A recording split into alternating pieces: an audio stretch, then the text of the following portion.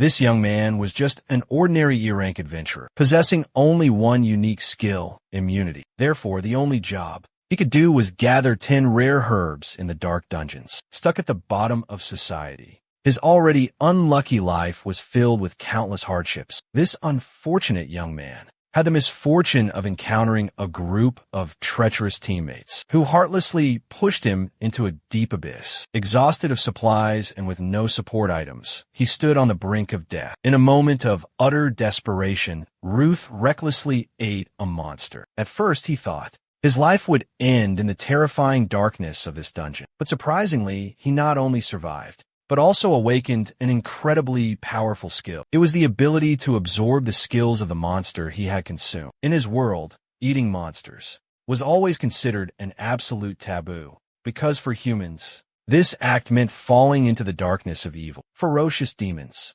However, for a young man, lost and sinking to the bottom of society, like Ruth, lofty concepts like morality or ethics were nothing more than a joke. The first symptom hit after tasting the demon flesh, a strange tremor, shaking him to his core. It was as if his entire body was being nourished and strengthened to an extreme degree. Soon after, the second symptom appeared, a splitting headache, nausea and dizziness like being poisoned. The third symptom was instant death, or in other words, the final step for his body to absorb and fully assimilate the demon's power. Surprisingly, in just a moment, Ruth adapted to the horrifying symptoms and mastered his newfound abilities. Pressing his advantage, he relentlessly attacked, punching the ferocious demons right in their snouts, all while collecting ice crystals and absorbing their skills. Despite facing countless ferocious monsters and imminent dangers, with a strong survival instinct and a burning hatred, Ruth didn't falter. Instead, she yearned to live and return, to take revenge on the despicable traitors who had wronged her.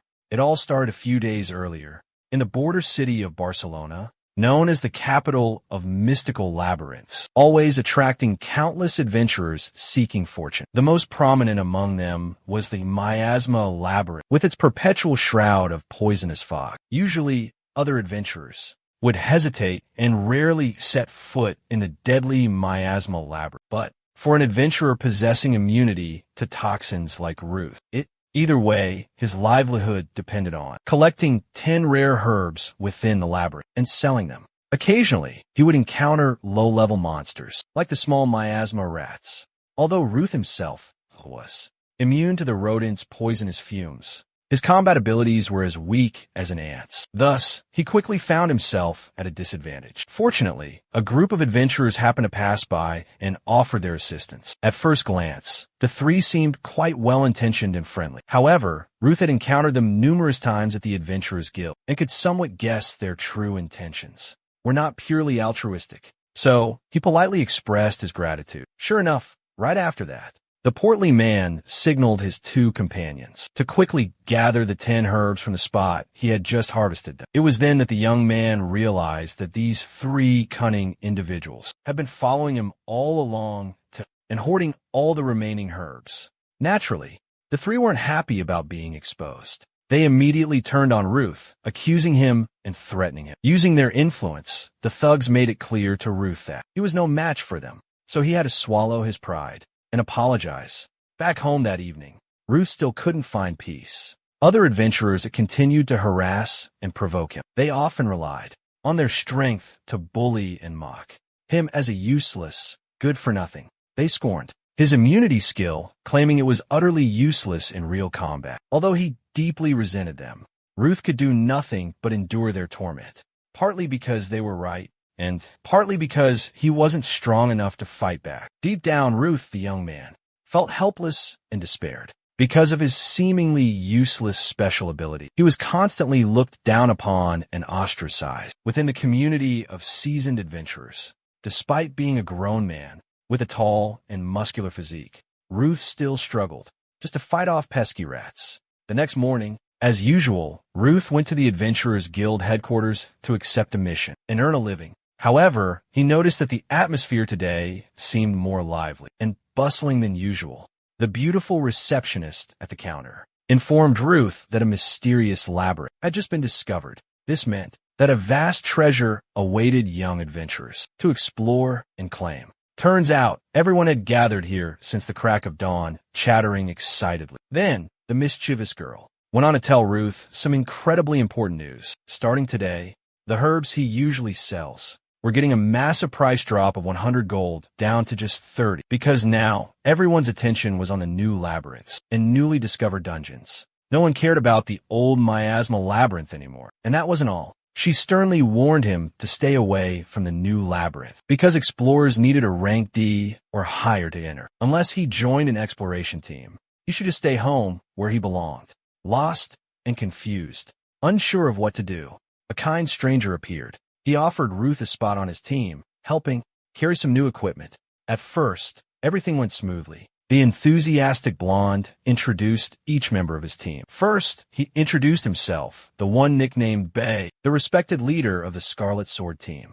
Next was the vibrant redhead, Sasa, and the completely bald Rick. All three were seasoned D-rank adventurers. Bay, however, was a bit behind, only having reached E-rank. Soon, the four of them arrived at the entrance of the mysterious Avorio labyrinth. Initially, they were filled with excitement and hope, believing they would make a decent haul. But unfortunately, the place was already swarming with other adventurers. Some were even fighting amongst themselves over the few remaining spoils. With the current situation, if Bay's group didn't come up with a solid plan quickly, their efforts would be in vain. At that moment, the bald guy, Rick, suggested they venture deeper into the labyrinth to find a more secluded spot, ensuring an easier hunt and a guaranteed victory. But Ruth seemed incredibly worried. This was a completely new labyrinth, unexplored by anyone. He felt they shouldn't take such a reckless risk, but instead focus on clearing the first floor safely. Hearing this, the other two reacted fiercely, jumping up as if they'd been splashed with boiling water. Bio seemed a bit calmer, but he also agreed with venturing deeper into the labyrinth. Unable to sway the others' opinions, Ruth reluctantly followed them. Not long after, the group reached the fourth floor of the labyrinth. This meant facing monsters, far more ferocious and dangerous. But in contrast to Ruth's fear and caution, Baya, Rick, and Mesa were thrilled at the prospect of obliterating the monsters, especially the pack of wild wolves lurking before them. Immediately after all the monsters were eliminated, the leader immediately ordered Ruth to quickly gather 10 trophies. He hastily explained that because the bodies of the monsters were severely damaged, even the magic stones were shattered, so he couldn't possibly collect 10 items. But the stubborn leader wouldn't listen to a single word and stubbornly insisted he complete the task. Although Ruth knew he was deliberately making things difficult, considering the vast difference in their power, he had to bite his tongue. To make collecting the trophies easier, Ruth used a bit of his remaining fire magic. But witnessing this, the insolent Rick and his cronies, standing in the distance, started to mock him. That guy's burning the monster corpses. What's he trying to do? Is he going to eat the monsters? Speaking of which, we've been exploring this place for a while now. My stomach is starting to growl. Even monster meat doesn't look half bad right now. Come on, let's go. It's still pretty gross. Even if eating monster meat wasn't forbidden, no one would know for sure what would happen if a large amount of magic power entered their body. That's definitely one of the main reasons why people are wary and afraid of eating monster meat. Since this is a game with only one life, no one dares to risk their life. Just as everyone was letting their guard down and chatting away, a ferocious minotaur suddenly appeared and attacked. It thrust everyone into a very dangerous situation, thanks to his extensive combat experience. As soon as he saw the minotaur, both Kademwa and Mesa silently understood that their group wasn't strong enough to defeat this monster. At that critical moment, Bayer shouted to Ruth, urging him to quickly hand over his backpack so he could find a weapon. In the face of danger, Ruth completely trusted Bayer's words. Without hesitation, he took off his backpack and gave it to him. But he never expected that this scoundrel would play such a dirty trick. The moment he got what he needed, he coldly swung his sword, delivering a fatal blow to Ruth. Then, he shoved him towards the ferocious monster to buy time for his companions to escape. Only then did Ruth realize with horror that the three of them had a sinister plan all along. They intended to sacrifice him to escape in case of danger. But by the time he saw through their true nature, it was too late. Ruth was in despair. Now all he could do was He bitterly watched as the villains, with their stolen prize, escaped into the distance. But more urgently, Ruth was still facing the ferocious Minotaur. As the main character, how could he die so easily? Just as the monster's axe was about to fall, Ruth nimbly dodged. However, he was completely exhausted and was struck by a powerful blow from the beast. As the Minotaur prepared its next attack, the wall behind them, unable to withstand the immense pressure, completely crumbled. Both plummeted into the deep abyss. Fortunately, the Minotaur's massive body cushioned the fall, and despite falling hundreds of meters, Ruth was still barely breathing. But he knew that death was only a matter of time, as his current condition was extremely critical. If he didn't die, would also perish under the claws of the ferocious monsters. Moreover, he had no food left on him.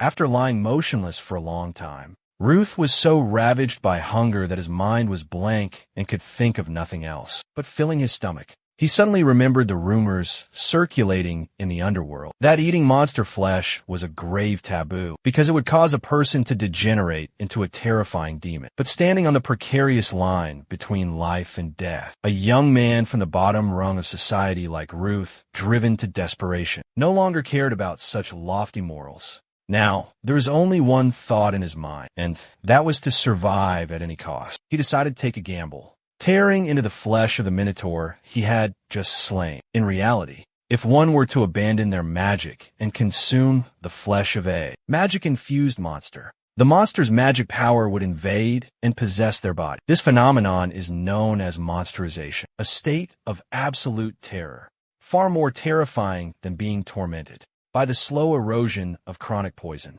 In that moment of utter despair and helplessness, to replenish his lost blood and satisfy his gnawing hunger, Ruth decided to make a desperate gamble, a decision that would irrevocably alter his destiny, a transformation so unexpected that even Ruth himself could never have imagined it. After enduring countless agonizing pains that ravaged both body and mind, our protagonist was now nearly insane, looking as if he had just come down from a bad drug trip. He no longer cared about anything else, but focused all his energy on using all the skills of the Minotaur. He had just absorbed to tear apart any other creature in the labyrinth. More accurately, Ruth had completely transformed into a true monster and began a bloody hunt, his very first killing spree. He alone challenged all the monsters lurking within. Soon, the bloodbath of the battle-hungry man began. He faced countless ferocious, bloodthirsty monsters. But in the frenzy of combat, he was even more bloodthirsty than they were. He showed no fear, relentlessly slashing and slaughtering the monsters with savage brutality.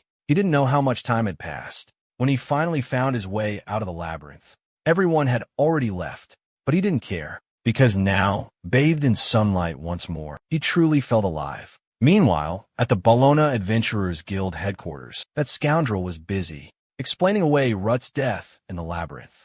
To Lancaster, the Bologna branch guildmaster, the lying bio, they claimed the unfortunate soul was slaughtered by the Minotaur the moment he stepped onto the 4th floor of the tower. Everything happened so fast that they couldn't react in time to protect the unfortunate victim. At the same time, they put on a show, feigning sympathy and compassion. Just as these people were being psychologically manipulated by the demons, our protagonist suddenly appeared, as majestic and handsome as a descending god, leaving all the adventurers present stunned and speechless. The first to react was the deceitful Bey.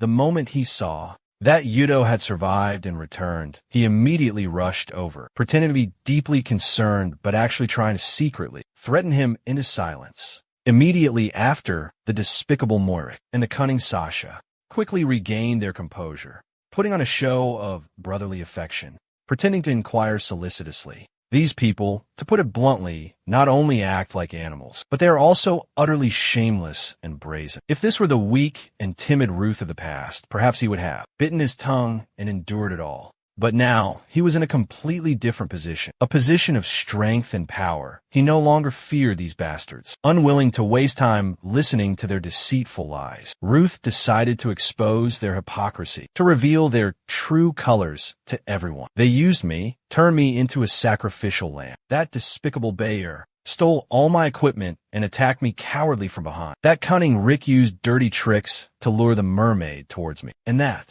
despicable Sasa helped those two escape. Faced with Ruth's strong accusations, the hypocritical Bayer still tried to deny it, but Lancaster didn't give him any chance to justify himself and immediately ordered the soldiers. A justice official personally arrived to investigate the matter. Even Lancaster's men couldn't believe that a figure of such high standing, who rarely left the prosperous capital like the justice official, would suddenly appear in this small border town. Lancaster slowly explained that, due to the mysterious deaths of several temporary members in his Scarlet Squad, he personally requested the justice official to come and investigate the truth, to judge right from wrong. Immediately, the justice official used his special eye technique to examine, and quickly concluded that the three, Bayer, Rick, and Sasha, were all lying. Only Ruth's testimony was true. Now, the truth of the matter was completely clear. However,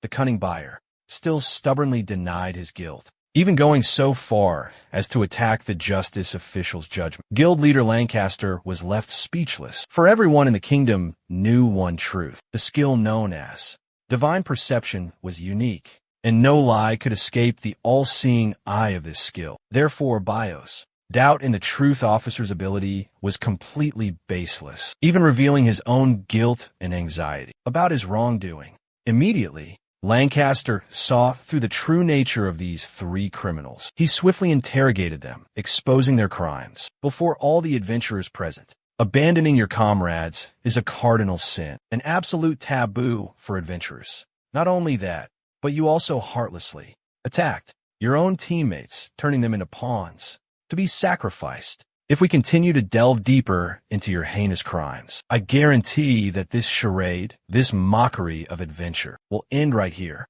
and every single one of you, without exception, will be enslaved to another's will. Hearing this, they lost their composure, their faces shifting rapidly. Baylor flew into a frenzy, losing all reason. He drew his sword and charged towards the truth officer, intent on revenge. Baylor's sudden and ferocious attack was so swift that no one around could react in time. But just before his sharp blade was about to strike the truth officer, Ruth appeared, intercepting the fatal blow. Immediately after, Ruth delivered a devastating punch to Baylor's face, sending him flying like a kite with a broken string. Following the incident, Chairman Lancaster invited Ruth to the BA headquarters lounge for tea and a conversation. The aggressive Baylor was taken away by soldiers for interrogation. Chairman Lancaster also informed Ruth that, if they confessed truthfully, they truly took advantage of those temporary teammates, turning them into living shields. They'll certainly be stripped of their adventurer certifications and condemned to slavery.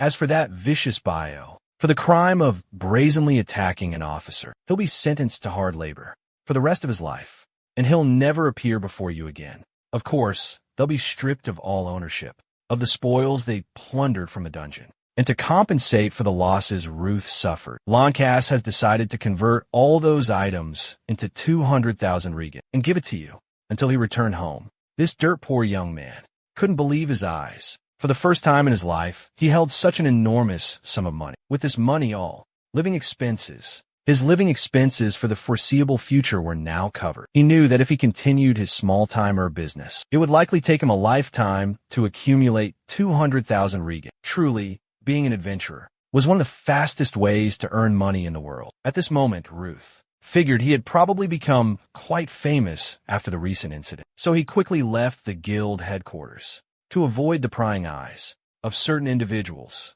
Furthermore, to avoid suspicion, Ruth decided to continue his herb-selling business. Now that he had a decent amount of money, he wanted to improve his quality of life. First, he went to an equipment shop to buy some necessary items, such as a convenient magic bag. Then he treated himself to a satisfying and hearty meal. The next day, Ruth went to the miasma labyrinth as usual, the only difference being that this time, he easily wiped out the entire pack of ferocious rat monsters inside their lair. Immediately after, he used his analyze skill on another monster in order to gather all the information about the rat monster species before him. Through careful observation, Bruce noticed that most of these rats were level 9. He then opened his status screen to check, and was astonished to find his current level had reached level 42. This was shocking because just yesterday, he was only level 7. Bruce proceeded to open his skill menu to examine it, and was surprised to discover he had absorbed a series of new, incredibly powerful skills. At that moment, Bruce suddenly remembered something strange that happened on his way back.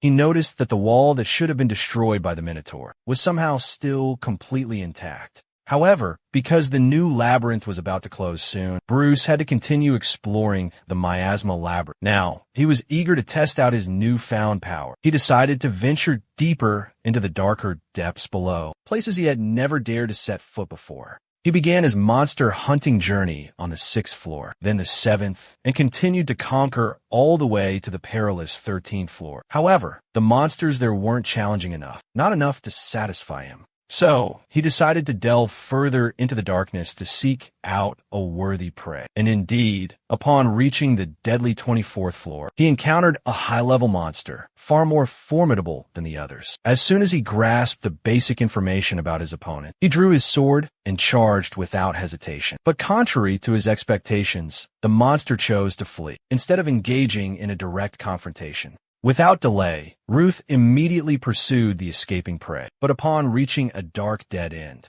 the monster suddenly stopped and turned towards him, with a cunning glint in its eyes, an indescribable look of triumph. It was at this moment that Ruth realized with a shock that he had fallen into the monster's trap. Cunningly, Ruth suddenly found himself in a perilous situation, surrounded on all sides by ferocious monsters. One monster lunged forward, launching a preemptive strike at the young man. But luckily, Ruth swiftly dodged the fatal blow. With his life hanging by a thread, Ruth decided to employ a strategy of elimination, taking down each enemy one by one to carve a path to survival. Then he suddenly unleashed a lightning-fast counterattack. Amidst the fierce battle, Ruth noticed a suspicious-looking monster, observing from afar with calculating eyes. He immediately activated his ocular jutsu to probe its magical energy. To his astonishment, Ruth realized this was the leader of the entire monster horde. It seemed the final boss had sensed a potential threat in Ruth.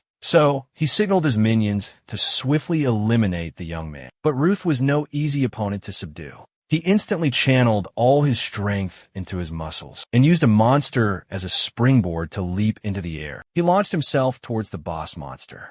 Just as the impact was about to happen, Ruth swung his sword, aiming for a fatal blow. However, he didn't expect the boss to possess the impenetrable Golden Bell Shield skill. His blade couldn't pierce the defensive layer, and in that brief moment of Ruth's lapse, the boss seized the opportunity to launch a lightning-fast counterattack. The attack was too swift for Ruth to dodge. He took the full brunt of the attack. But fortunately, our young hero also possessed the Golden Bell Shield skill, just like the monster, so he remained unharmed. Suddenly, Ruth noticed something unusual about these monsters.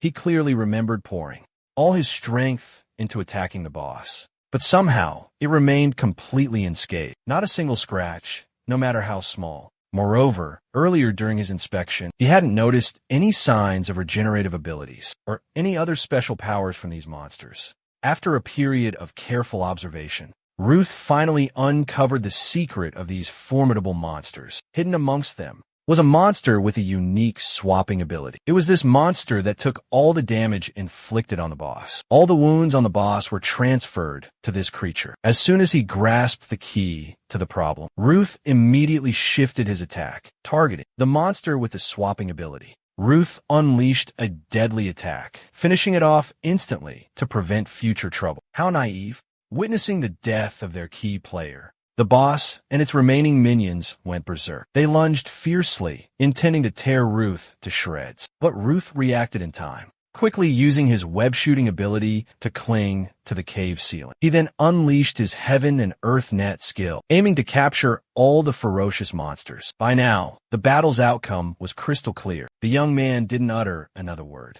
With a single, swift stroke of his sword, he decapitated the monster leader. Naturally, the remaining monsters couldn't escape their grim fate, dissolving into ash, fading into nothingness. After clearing away the monster remains, the young man began collecting his spoils. Thanks to the generous compensation from the Adventurers Guild, Ruth was finally able to purchase a truly valuable item, a magic bag, a miraculous treasure, possessing an unbelievably vast inner space, capable of holding countless bulky items without causing the user any inconvenience. Therefore, on this dungeon exploration adventure, exploring the labyrinth, Ruth could carry all sorts of pots, pans, and even cooking spices to improve his daily meals. Last time, in the Avori labyrinth, forced to fight for survival in a desperate situation, he risked eating raw monster sashimi. In truth, he longed to enjoy food prepared normally, to eat cooked meals like everyone else. Sure enough, after being carefully seasoned and cooked, the monster meat looked much more appealing and delicious, just by bringing it close to his nose. The enticing aroma made his mouth water. Unable to resist any longer, he took a large bite until he felt the fresh, sweet taste and the rich fattiness melting in his mouth. He could never have imagined that eating monster meat, considered a taboo and a heinous act, could bring such pleasure, such an exquisite feeling. Moreover, it granted him a multitude of extraordinary and powerful skills. Currently, Yu Xiong possesses quite a few monster abilities, except for the skills of the Minotaur, the Spider, and the Eye monsters. Countless more remained, skills from other monsters he hadn't yet had the chance to experience. Immediately after enjoying the feast, Yuta was eager to descend to the deeper levels of the labyrinth to explore. Before setting off, he also quickly carved some meat from a monster with the swap skill, and quickly began his next hunt.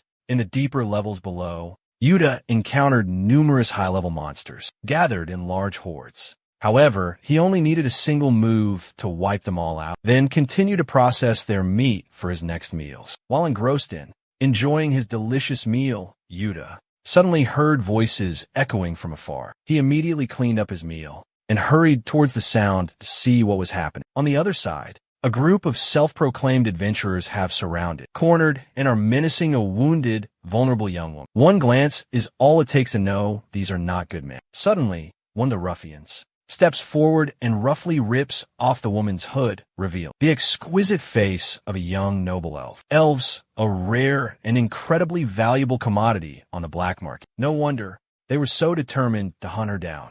But before they can lay their hands on their prey, our hero suddenly appears, shattering the tense and oppressive atmosphere. The one-eyed leader notices the stranger approaching, immediately raises his guard, and gruffly demands to know who he is. Rudius replies with a defiant look, casually claiming to be just a wandering adventurer. Just then the elf behind him urgently warns Rudius to leave quickly. Run. Get away. They are adventurer hunters. Hearing that, the young man's careless expression vanished. He began to seriously assess his opponent, because he had heard that most adventure hunters were top-tier experts. Sure enough, the one-eyed man's current level was 65, far higher than Ruth's. In fact, he wasn't even able to see the man's class or skills. The other three were in the same situation. Sensing the unfavorable situation, he suspected they might possess concealing skills or some kind of special magic item. But before the young man could react, the one-eyed man grew impatient. He ordered the other three to quickly take him down. Hearing this, the blonde-haired man immediately charged, unleashing a critical blow. His movements were so fast that he almost couldn't block the attack. Not only that, he had to muster all his strength and focus his inner power just to temporarily withstand the attack. Despite being at a significant disadvantage, the young man's defiant mouth refused to back down. It's not that I'm strong, it's that you're pathetically weak. The other man, enraged by Ruth's provocation, flew into a frenzy. But in his blind rage, he inadvertently left himself open, giving Ruth the opportunity to counterattack with a deadly poison. A cunning strike that sent his opponent straight out of the fight. The remaining two, witnessing the scene, were filled with terror, frantically screaming accusations of dirty fighting at Ruth. But sorry, I only care about survival, about the final victory. Playing fair means nothing. At that moment, the one-eyed man, also the leader of the group, began to realize something about Ruth's unique abilities. He immediately became wary, no longer underestimating Ruth's strength. He barked out a serious command, ordering the other two to attack relentlessly. It seemed the battle had just become much more challenging. Sukuna had to focus intensely, observing his opponent's every move to dodge the deadly attacks, and simultaneously search for weaknesses in their formation. But before he could launch a counterattack, Rat Eyes seized the moment Sukuna was distracted and unleashed his skill, Golden Bell Shield, attempting to imprison Sukuna. This time, the young man couldn't dodge in time and was kicked directly into the puddle behind him. Witnessing Sukuna struggling and exhausted as he fled, Longhair became incredibly smug. He intended to pursue him relentlessly, eliminating him completely. However, Rat Eye stopped him, warning that the area was a swamp filled with toxins. If they recklessly ventured deeper without protective gear, they would surely die. He reasoned that in Sukuna's current state, it wouldn't be long before he was forced to come ashore. Therefore, they just needed to lie in wait, waiting for their prey to walk into the trap. Noticing he was no longer being pursued, Sukuna could somewhat guess their plan. However, those fools had no idea that Ruth, a young man with a unique immunity to poison, considered this deadly swamp no different than his own backyard. Furthermore, prolonged exposure to the toxic fumes emanating from the swamp would surely drain a significant amount of energy from these intruders. In the end, they would be the ones to suffer. Sure enough, everything unfolded according to Ruth's prediction. In a mere 10 minutes, they began to exhibit symptoms of poisoning and weakness. Truthfully, Ruth knew this wasn't the most opportune moment to strike. Waiting a little longer would increase his chances of victory. However, looking at her current injuries, the elven girl seemed unable to hold on much longer. So, he decided to leave the swamp and directly confront those bastards. Seeing Ruth return, they assumed he had given up and had no intention of fighting back, becoming incredibly smug. But at this moment, Ruth stopped hiding his true strength and decided to show his hand. What a pity, because I am completely immune to all toxins. I can't possibly understand the pain you are all enduring. One Eye, now realizing he and his men have been manipulated and used, flies into a furious rage. He immediately orders the remaining two to finish off the boy. Immediately, the masked man lunges into the attack, but having inhaled too much of the toxic gas, his strength has been severely weakened. Now, Ruth can easily overpower him. The long-haired man seizes the opportunity, while Ruth is fiercely engaged with his comrade and slashes at his waist. But he doesn't expect that the boy also possesses the iron skin skill, rendering his potentially fatal blow completely useless. After the intense fight, Ruth unleashes his thunderous judgment technique, sending the masked man straight to the underworld. The long-haired man proves to be a bit more resilient, still had enough energy to launch a fierce counterattack. This was the perfect moment to retreat, but he craved a worthy opponent to test his new skills on. So when the enemy charged, he didn't hesitate to unleash his ultimate move, sending him to the afterlife to join his two fallen comrades, so he wouldn't be lonely on his journey to the underworld. Now, only Rat Eye remained, consumed by utter panic. He had witnessed the young man's overwhelming display of skill, leaving him to exclaim in terror, "Good heavens, how on earth could someone like this possess the skills of a monster?" Of course, Ruta had no obligation to answer his questions. He quickly lunged forward, unleashing a flurry of fiery sword strikes, gradually pushing him onto the defensive. In the final moments of the battle, the cunning rat made a desperate gamble, sacrificing himself to activate a power-boosting skill, amplifying his strength exponentially, hoping to unleash a fatal blow, dragging them both into a vortex of destruction. But alas, before the radiant aura of the protagonist, Ruth, all his struggles and resistance were as insignificant as a mosquito bite on stainless steel. Ruth immediately also activated a muscle-enhancing skill, cleaving him in two with a single move. Finally, Ruth had to acknowledge his opponent's extraordinary power. Without possessing special skills, without exceptional skills, he would have been the one to fall. But in reality, the final victory belongs to the last one standing, and that's Ruth. After swiftly dealing with the four veteran hunters, Ruth could finally turn back to help the girl bandage her bleeding wound. In the midst of danger, she encountered a handsome, kind young man who saved her. The girl was filled with gratitude. At first glance, the girl seemed to have recovered somewhat, but based on his experience, Ruth guessed that she was enduring the pain because her body was still affected by the miasma. He found it strange to encounter a member of the elf race in the miasmal labyrinth, because rare races like elves usually reside in a fixed territory and rarely venture out to interact with others, let alone brave a dangerous labyrinth. Adding to the mystery, a girl was being chased by a group of hunters and adventurers in this very area, leaving him completely baffled. He couldn't make sense of the strange situation unfolding before his eyes. Suddenly, a ferocious monster, a giant wasp, appeared out of nowhere and attacked them both. With just a glance, Yuziang immediately recognized it as the leader of the wasp swarm he had encountered earlier. After quickly assessing the situation, he immediately charged into battle with the monster. However, defeating this creature proved to be far more difficult than he had anticipated. Its attack speed was blindingly fast, nearly landing a critical blow on Yuziang before he could react. The attack even grazed the beautiful elven girl. Witnessing this, Yuziang was filled with rage. He decided to counterattack with fierce determination. Although the monster had sustained considerable damage, it stubbornly refused to give up.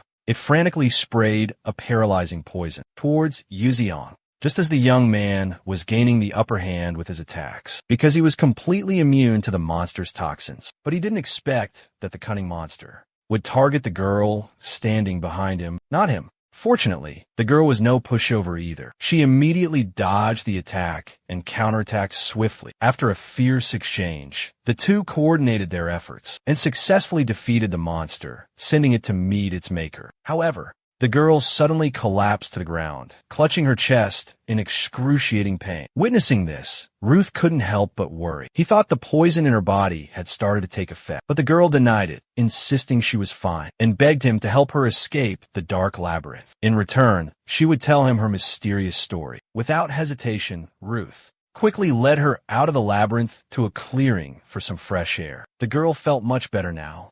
Moreover, sensing that Ruth was trustworthy, she decided to confide in him about her life story. But before that, the girl introduced herself as Alicia, a seasoned adventurer with vast experience. Upon hearing the name Alicia Ruth, he was utterly astonished. He immediately asked if she was the Alicia, the famed adventurer known as the Jade Tempest. Could she really be her? Seeing that he knew of her fame, the girl was delighted. In the world he lived in, Lydia was a renowned kingdom with powerful S-rank adventurer teams. Among them, the most prominent was Ascaros, an adventurer team possessing exceptional talent, so much so that all its members were widely known and highly sought after. However, an unexpected incident occurred 5 years ago, causing the team to disband. It was the event where the entire team suffered a devastating defeat at the hands of ferocious monsters lurking in the deepest level of a perilous S-rank dungeon, the Abyssin Labyrinth. In that fateful battle, their leader was brutally torn in half. Elysia's entire team suffered severe injuries, forcing them into retirement. Another was swallowed by the darkness. Within the labyrinth's depths, Elysia was the sole survivor to return from that living hell. However, a mysterious curse, known as the Degradation Curse, had been etched onto her body. Elysia explained as she lifted her shirt, revealing the mark of the curse to the young man. Witnessing this, a man who had been single for over 20 years, who had never even held a girl's hand, suddenly felt a wave of awkward embarrassment. Furthermore, he had never heard of the Degradation Curse among adventurers before, so he couldn't help but feel curious. Actually, Elysia, completely clueless, without a single shred of information officially about this mysterious curse, she confided in him that she had tried countless methods to break the curse, but every attempt only managed to slow down its progression by a tiny bit.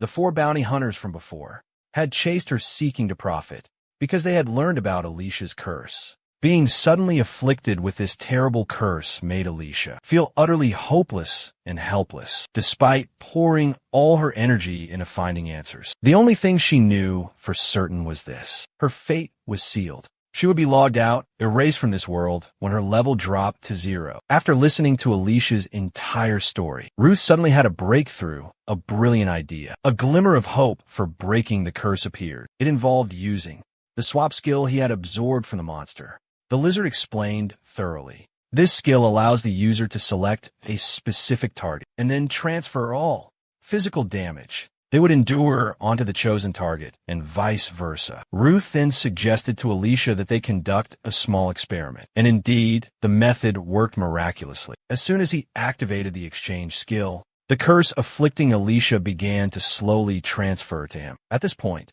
Alicia finally understood Ruth's true method and purpose. She urgently pleaded for him to stop immediately, fearing the terrifying curse would harm him. However, Ruth maintained a surprising calmness and continued to utilize his skill. At the same time, he reassured Alicia that she needn't worry too much and to have faith in him. After a while, the curse on Alicia had completely transferred to Ruth's body. Just as the curse was about to erupted, the boy immediately used his skill to completely neutralize the threat. Finally, Ruth turned to Alicia and said, "Quickly check your card to see if that dreadful curse still exists." As soon as she saw that her card had returned to its normal state, Alicia truly believed that she had been freed from the persistent torment of the malicious curse.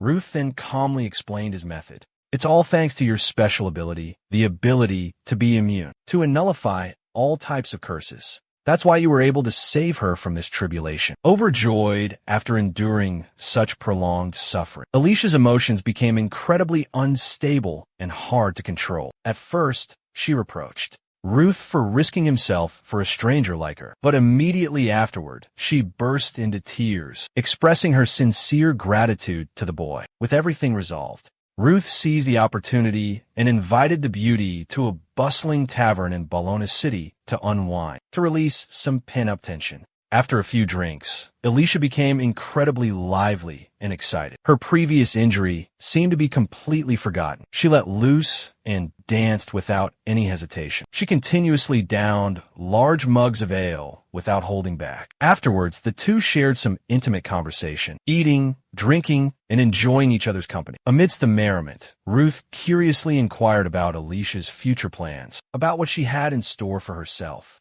However, the answer he received was completely unexpected. Alicia expressed her desire to understand Ruth better, to know the real him. First, she wanted to hear him tell her the reason why he chose to become an adventurer. By now, the relationship between the two had grown closer, so Ruth no longer hesitated. He openly shared his life story with Alicia. The story began a long time ago, in a small village, where Ruth spent his childhood before it was destroyed by ferocious monsters. All of his relatives, his family and friends, perished in that horrific disaster. He should have died alongside his loved ones, but a legendary S-rank adventurer arrived in time to slay the ferocious monster and save him. Perhaps for the rest of his life, he would never forget the brilliant aura radiating from his savior. It was that glorious moment that fueled his determination to become a powerful S-rank adventurer in Ruth. He yearned to save others, just as his savior had saved him years ago. Alicia, upon hearing his story, was incredibly excited and intrigued. She shared that as a child. She also dreamt of becoming a great S-rank adventurer. She desired extraordinary strength, longed to freely battle ferocious and powerful monsters. Of course, this was her dream, before her devastating failure at the Orbis Labyrinth and the curse that followed. Now, having successfully broken the curse that had plagued her for so long, Alicia confessed her secret desire, her wish to stand by Ruth's side as a trusted companion, and to join him in forming an adventuring party to travel the world. A bright future awaited them, but before Ruth could answer, the two bullies who had tormented him suddenly appeared, shattering the romantic atmosphere. Their presence made the air thick with tension. Memories of past humiliations came flooding back, filling Ruth with rage. And to make matters worse, Alicia's hand, a hand he had never even touched, was being held by those thugs. Ruth's anger boiled over. He couldn't take it anymore and dragged them outside to settle things. Just then, Alicia intervened. She proposed a peaceful solution to the conflict, a drinking contest. Whoever could drink the most would be the winner. Without further ado, a fierce brawl erupted. The young woman, Alicia, single-handedly took on two burly men, fueled by the raucous cheers and encouragement from the rowdy tavern crowd. After an intense struggle, the two men were completely knocked out. Alicia emerged victorious, claiming the glory. Her drinking prowess was truly legendary, leaving everyone in awe. After the revelry ended, Ruth and Alicia quietly sought a secluded corner to talk. The young man was filled with curiosity, wondering why she had so bravely helped him out of such a difficult situation. Alicia explained that because they were now teammates, fighting side by side, she wouldn't let anyone bully him. Mid-conversation, Alicia suddenly collapsed from the alcohol. Fortunately, Ruth was right beside her and caught her. Seeing Alicia's drunken state, Ruth didn't know what to do but use his skills. He used to detoxify the alcohol and sober Alicia up. Thanks to the miraculous effects of the skill, Alicia quickly regained her senses. Not a trace of drunkenness remained. Ever since discovering Ruth's special ability, knowing that Ruth could help her sober up anytime, Alicia excitedly returned to the feast, continuing the revelry until she was satisfied. After drinking heavily, now just slightly tipsy, Alicia suddenly had a craving for the tavern's special fish dish. However, the tavern owner flatly refused her request. The reason being that this fish was actually a monster, extremely rare at the present time. Learning that Ruth and Alicia were seasoned adventurers, the tavern owner proposed they go to Bannabat fishing grounds to hunt this special fish. The next day, at the crack of dawn, the two girls set sail for Bannabat fishing grounds. It didn't take them long to find the fish the tavern owner requested. However, they both began to notice something unusual about the place. They were surrounded by a dozen aquatic monsters. Ruth and Alicia found themselves in a perilous situation. Both exclaimed in astonishment, "What's happening?" Didn't the tavern owner say these creatures were incredibly rare? Ruth immediately went on high alert, activating his ocular jutsu to observe and analyze the situation. He discovered that these monsters possessed formidable underwater combat skills. In unison, they launched their attack, swarming the small boat. Realizing the dire situation couldn't be handled conventionally, there was no other choice. Ruth decided to jump into the water to engage them directly. With just his first lightning attack, Ruth took down a significant number. However, he realized many more were lurking in the deeper waters. Strangely, they didn't attack, but remained hidden and silent on the seabed. Ruth guessed they were either highly cautious or protecting something important. To satisfy his burning curiosity, the boy decided to dive into the deeper depths. Ruth was now very close to the school of fish, but they remained indifferent, seemingly unaware of his presence. Not only did they not flee in terror as he approached, but the fish's strange behavior further convinced the boy that they were fiercely protecting some hidden secret in the depths. It wasn't until Ruth dived deep enough to see the bottom of the lake that he finally understood the secret the fish were guarding. Hidden at the bottom of the lake was a monstrous creature of astonishing size. Ruth's first impression of the monster was its bizarre shape, with a body resembling a giant crab, but with countless tentacles bristling from its shell. The monster appeared motionless, lying still at the bottom of the deep lake. Upon closer inspection, Ruth was horrified to realize that the giant monster's tentacles had strange scales at their tips, able to split apart and transform into smaller fish-like monsters. At this point, Ruth believed the monsters were only living symbiotically with each other without posing any threat. So he decided to turn back. But unexpectedly, these slippery creatures were incredibly cunning. They took advantage of his lapse in attention to set a trap. The gigantic monster used its tentacles to pull his legs down, while the smaller fish monsters surrounding him began to launch a fierce attack. Only then did the young man realize this was the reason why they hadn't initially attacked. It was all an elaborate act to lure him into a vulnerable position. Having been tricked, he decided to show no mercy and unleashed a special move to annihilate all the monsters. However, as soon as it sensed the danger from Ruth's attack, the large monster quickly severed the electrified tentacles to save its life. Immediately afterward, it sprang up and counterattacked. But at this very moment, his oxygen was running out, so he was forced to signal to Alicia. Those on the boat quickly pulled him up. The moment she saw Ruth's urgent distress signal, she used all her strength and inner power to save him from the raging current, even though the monsters were still hot on their trail. Luckily, he managed to escape their pursuit. Finally, they successfully completed the tavern owner's mission, though Ruth looked quite exhausted. Although Ruth looked completely drained, he then recounted to Alicia everything he had witnessed in the deep waters and how the gigantic monster was continuously spawning countless other monsters. After hearing the story, Alicia was deeply worried, unsure of what to do next, because she understood they were at a disadvantage, facing a huge obstacle in fighting underwater against such a ferocious and terrifying creature. Actually, Ruth had been secretly devising a meticulous plan to destroy the monster. Monsters with his unique level 5 special skill, his one-of-a-kind ultimate move. However, the dilemma lies in the fact that, for Ruth, revealing his ability to absorb the skills of the monsters after defeating them is an incredibly difficult secret to share. But then, remembering how Alicia once placed her complete trust in him, courageously sharing the truth about the curse that haunted her. During a joyful moment of bonding between them, Ruth decides to reveal his secret. At the same time, he doesn't forget to warn her to keep this matter absolutely confidential, not to be disclosed to any other individual. After enjoying a bite of delicious, fresh fish sashimi, Ruth quickly dives into the water, utilizing the swimming skill of the fish monster to adapt to the aquatic environment. Thanks to this, he easily defeats countless enemies in his path, nimbly dodging the tentacles of the giant monster lord and unleashing a fatal blow. Finally, the source of all the trouble, the colossal monster, had been completely eradicated. Ruth speculated that in the near future, this area of the sea would quickly return to its former tranquility. His most pressing concern at the moment was that Alicia had witnessed him butchering the fish monster. He really didn't know how she had felt in that moment. What would she say when he returned? Ruth quickly reached the shore and hurriedly scanned for Alicia.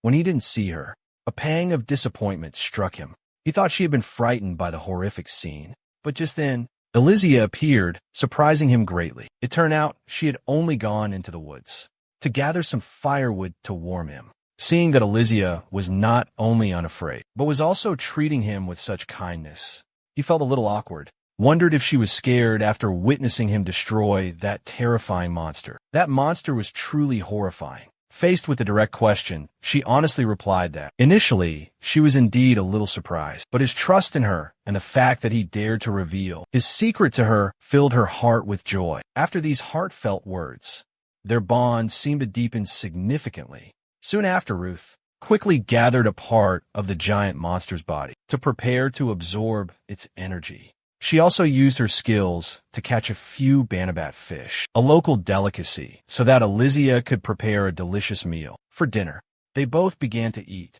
enjoying the fruits of their labor after a long day, and chatting lively. Meanwhile, Alicia once again brought up her offer from the previous night, which was to invite Ruth to form a team with her. Ruth didn't answer right away. Instead, he pondered for a moment before asking, "Do you not know anyone stronger?" Perhaps a hint of insecurity lingered in the young man's heart. He worried he was just a lowly E-rank adventurer, easily looked down upon. Seeing Ruth's hesitation, Alicia confessed that 5 years had passed since she was cursed. Even if her former comrades were still alive, they couldn't accompany her on the long road ahead. A human's lifespan was too short compared to that of a long-lived elf. In short, her current connections were extremely limited. Furthermore, she had been betrayed during her ordeal, leaving her so despairing that she thought she would never trust anyone again. It wasn't until she met Ruth, a sincere and kind person, that she decided to open her heart once more. She hoped the young man would also be willing to join her on her future journey. The beauty had laid bare her heart so sincerely. What could Ruth do? Ruth couldn't refuse. Finally, they both came to an agreement on their future collaboration. The next morning, Ruth and Alicia returned to the Adventurers Guild headquarters in the Bologna branch. Alicia was brimming with energy and excitement, eagerly anticipating a new assignment as soon as possible. In contrast, Ruth wore a look of dejection and weariness. Because he was still only an E-rank adventurer, he knew for sure that the quests available to him would be very limited. However, Alicia remained optimistic and cheerful, energetically pulling him to the reception desk to get a new job. Upon seeing the prestigious S-rank membership card of the renowned Alicia, the receptionist was so astonished that her eyes nearly popped out of her head. At the same time, she was extremely curious, wondering why such a famous and celebrated figure, renowned throughout the land, a top-tier master like her partnering with a complete newbie like Rut. The mere mention of Rut's name made Alicia's face harden as she glared at the receptionist. The poor receptionist trembled in fear. They demanded the receptionist find them the most challenging mission available. They wanted to prove their capabilities. Not long after, They arrived in a dense forest near Barcelona. Their mission, to eliminate a pack of ferocious wolves expanding their territory. Starting with some basic sword techniques, Rut effortlessly dispatched 10 wolves. Alicia quickly provided support. They worked together seamlessly, their movements fluid and synchronized. Alicia already possessed extraordinary power, but she also summoned a powerful spirit to aid them. Her strength and combat skills were unmatched, reaching the highest level of mastery. Just as the monstrous wolves prepared to attack, she instantly unleashed her ultimate move, obliterating the entire horde of monsters in the blink of an eye, sending them straight back to the abyss. Witnessing Alicia's merciless slaughter, Ruth stood beside her, completely speechless and utterly terrified. She truly lived up to her reputation as a renowned S-rank adventurer. It seemed that after the curse was lifted, she had regained a significant portion of her original power, ever since the curse was broken. At that very moment, taking advantage of their momentary lapse in vigilance, a monster suddenly lunged out and attacked Ruth from behind. The surprise attack was so sudden that the boy couldn't react. Fortunately, Alicia reacted in time, using protective magic to rescue Ruth from the monster's clutches. Seeing the perilous situation and the overwhelming number of monsters, Alicia warned that they couldn't afford to be careless or underestimate their enemies now. Furthermore, she realized that this wasn't the enemy's full force, as she detected at least 5 more monsters lurking in the distant bushes. Hearing this, Ruth immediately used his skill, echolocation, a characteristic of bats, to probe the surroundings. He was shocked to discover over 30 more wolves, lurking in the shadows, lying in wait. Immediately, he alerted Alicia to the wolves' exact location so she could launch an attack. However, Ruth noticed a major disadvantage. Her echolocation ability was significantly less accurate in this wide-open space, and Alicia couldn't hit multiple targets with a single attack. If they continued with this tactic, they would soon be exhausted before they could eliminate all the ferocious monsters. So Ruth decided to change their strategy, focusing their attack from a single direction to force the wolves into a tight group. After having Alicia carry out the plan, Ruth used her sleep-inducing ability to put the wolves into a deep slumber and then swiftly finish them all off. Finally, they meticulously counted the number of monsters they had slain. The result was astounding. A total of 52 monsters had been vanquished that day. Alicia was stunned by the sheer number. However, Ruth appeared much calmer. He speculated that the horde of monsters could have potentially grown even stronger if they hadn't been discovered in time. Taking advantage of the moment, Ruth asked Alicia about the spirit entity beside her. Alicia carefully explained that she could utilize magic to temporarily borrow mystical energy from spirits. These were special beings that existed only within nature. And this time, she had summoned a spirit named Shinpei. Corrected name based on assumption. Please verify. In reality, spirits existed everywhere, although they often concealed themselves from human sight. But to harness their power, the summoner had to offer their own magical power as a form of exchange. Thanks to this exchange, the summoner would gain access to incredibly potent magical power, just a small amount of magic power. And just as Ruth had witnessed before, spirits also have the ability to create magic that allows him to fly. Truly, for a young man who had lived for so long at the bottom of society, experiencing high-level magic like spirit magic for the first time left him utterly astonished. Although Lady Sinfire was a bit mischievous, there was no denying her immense power. Now, as night began to fall, Alicia suggested they return to Barcelona, using Sinfire's magic, just like before, to save time. On their flight back, Ruth curiously asked Alicia more about the types of spirit magic that she could control. In reality, the abilities of the spirits she summoned usually leaned towards water, ice, light, and earth. As for spirits possessing abilities belonging to, doesn't seem like a good fit for her. Alicia went on to explain that if a spirit and its master aren't spiritually compatible, then the summoner will have to expend a massive amount of magical energy to maintain the connection. In some cases, the spirit might even refuse to lend its power to its master, even if they're on friendly terms. Mid-conversation, Ruth suddenly noticed strange plumes of black smoke billowing up from the distant horizon. Without hesitation, the two immediately headed towards it to investigate. It turned out that a small village was under attack by a ferocious monster. A few brave adventurers were risking their lives fighting the monster, but they all seemed too weak, powerless to confront it. At the critical moment, just as a young man was about to die under the monster's claws, Alicia and Ruth arrived just in time to save him. Quickly assessing the situation, Alicia and Ruth immediately jumped in to help. The explorers at the scene, especially the young Ruth, upon encountering the monstrous creature, immediately activated his ocular skill to carefully examine the opponent's information. Although the monster's level was lower than the lizard's in the labyrinth, its stats were formidable, and its skill set was incredibly diverse. This proved its power far surpassed the ordinary monsters Ruth had faced before. Just as Ruth predicted, the moment he charged with his sword, the monster immediately retaliated with fire elemental magic. However, Ruth's fire magic was too weak to withstand the opponent's relentless storm-like attacks. This battle seemed incredibly difficult. But the greater the danger, the stronger Ruth's desire to conquer. Because if he could defeat this monster, Ruth would have a chance to gain the ability to control. The monster's terrifying fire magic was truly powerful, but just before his blade could touch its body, the monster swiftly parried the blow with its sharp claws. And then, seizing the moment, while he was off guard, it immediately unleashed a close-range fire magic attack. Fortunately, in the nick of time, Ruth quickly retreated and successfully dodged. This startled him for a moment, but soon after, he regained his composure and focused on observing his prey. The flames surrounding the monster were still raging fiercely, but thanks to the two pairs of wings protecting its sides, it remained completely unharmed. At this moment, Alicia, by his side, suggested to Ruth that they should temporarily retreat, because the monster was on high alert, and many villagers were still not evacuated. And most importantly, was to minimize human casualties. Moreover, her magic power was nearly depleted after the fierce battle with the spectral wolves. Therefore, they couldn't summon and borrow power from the spirits. However, if they left now, they would likely lose track of the monster.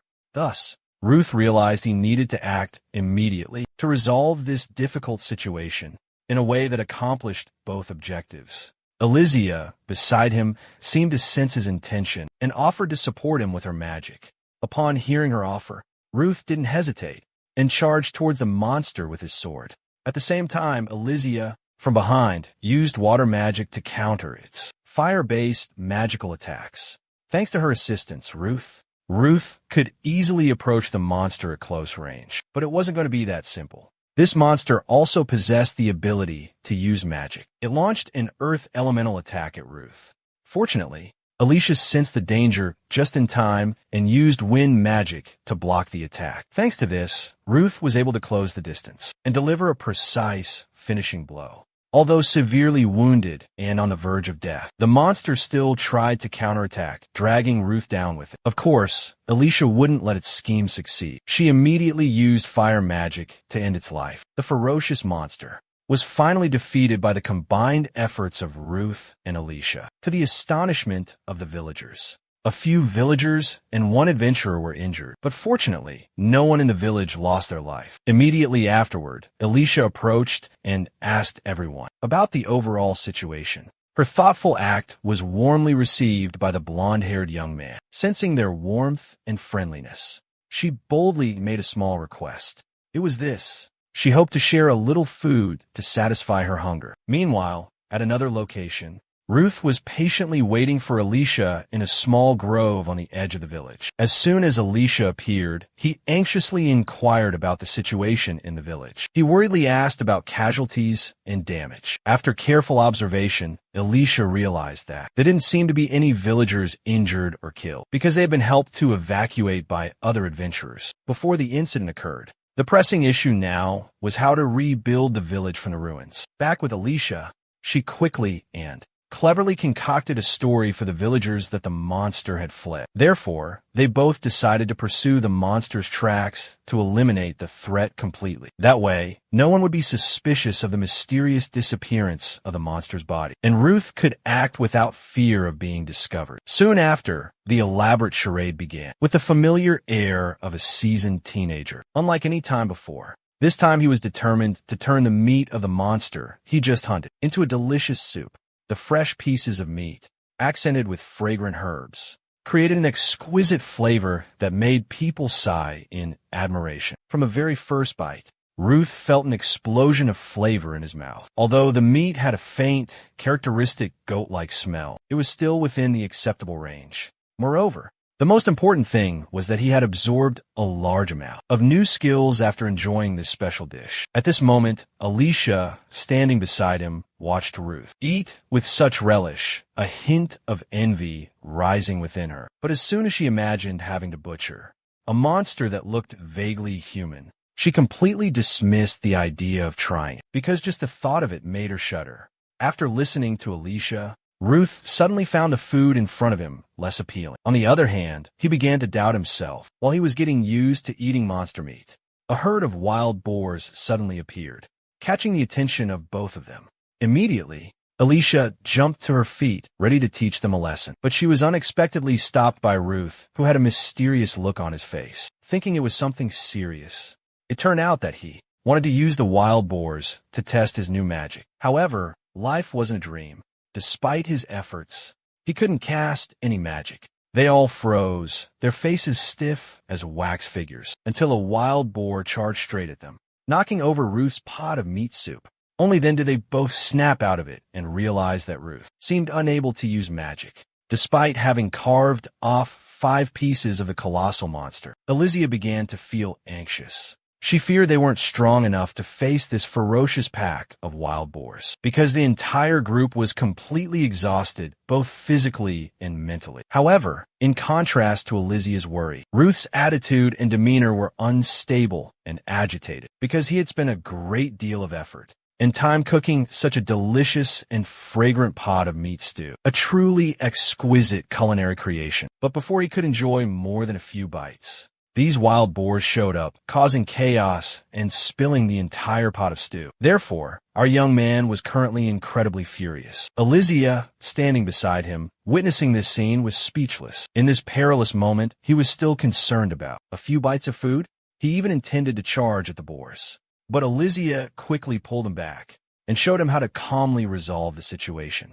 She realized that these wild boars only had one skill, which was their incredibly fast movement speed.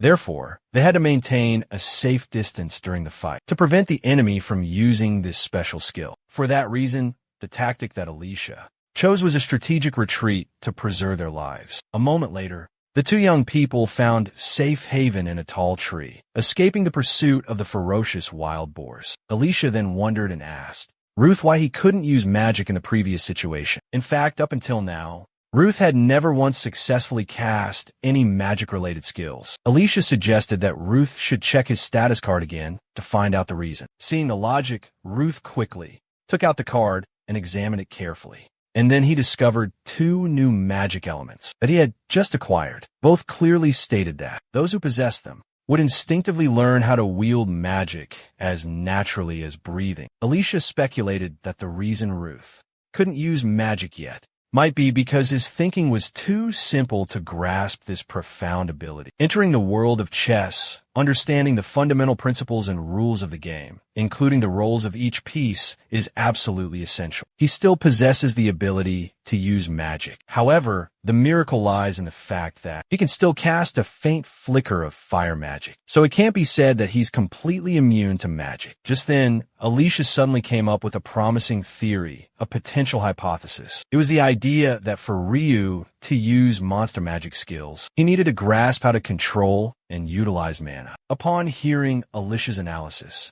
Ryu finally understood the crux, the key to the whole matter. The crucial point wasn't about pure magical power, but about mana itself. The young man immediately began to experiment and recalled his experiences when he first set foot in the Avorio labyrinth, teeming with monstrous creatures. Specifically, the feeling of power burning intensely like fire through his veins. He was certain that if he could recreate that feeling once more, just one more time, he could completely control mana and cast magic. Sure enough, everything unfolded just as Ryu predicted. The young man succeeded on his first try using this method. This means if Ryu can sense the flow of magical energy, he can control and use it as an extension of his own body. Without a moment's hesitation, Ryu cast a spell, transforming the wild boars into delicious roasted meat. And after a nourishing bowl of soup, the young man's feast was further enhanced with mouth-watering grilled pork ribs. In contrast to Ryu's carefree joy, Elysia appeared quite serious and focused on his special ability. It seemed that his ability to manipulate magical energy and successfully cast a spell on his first attempt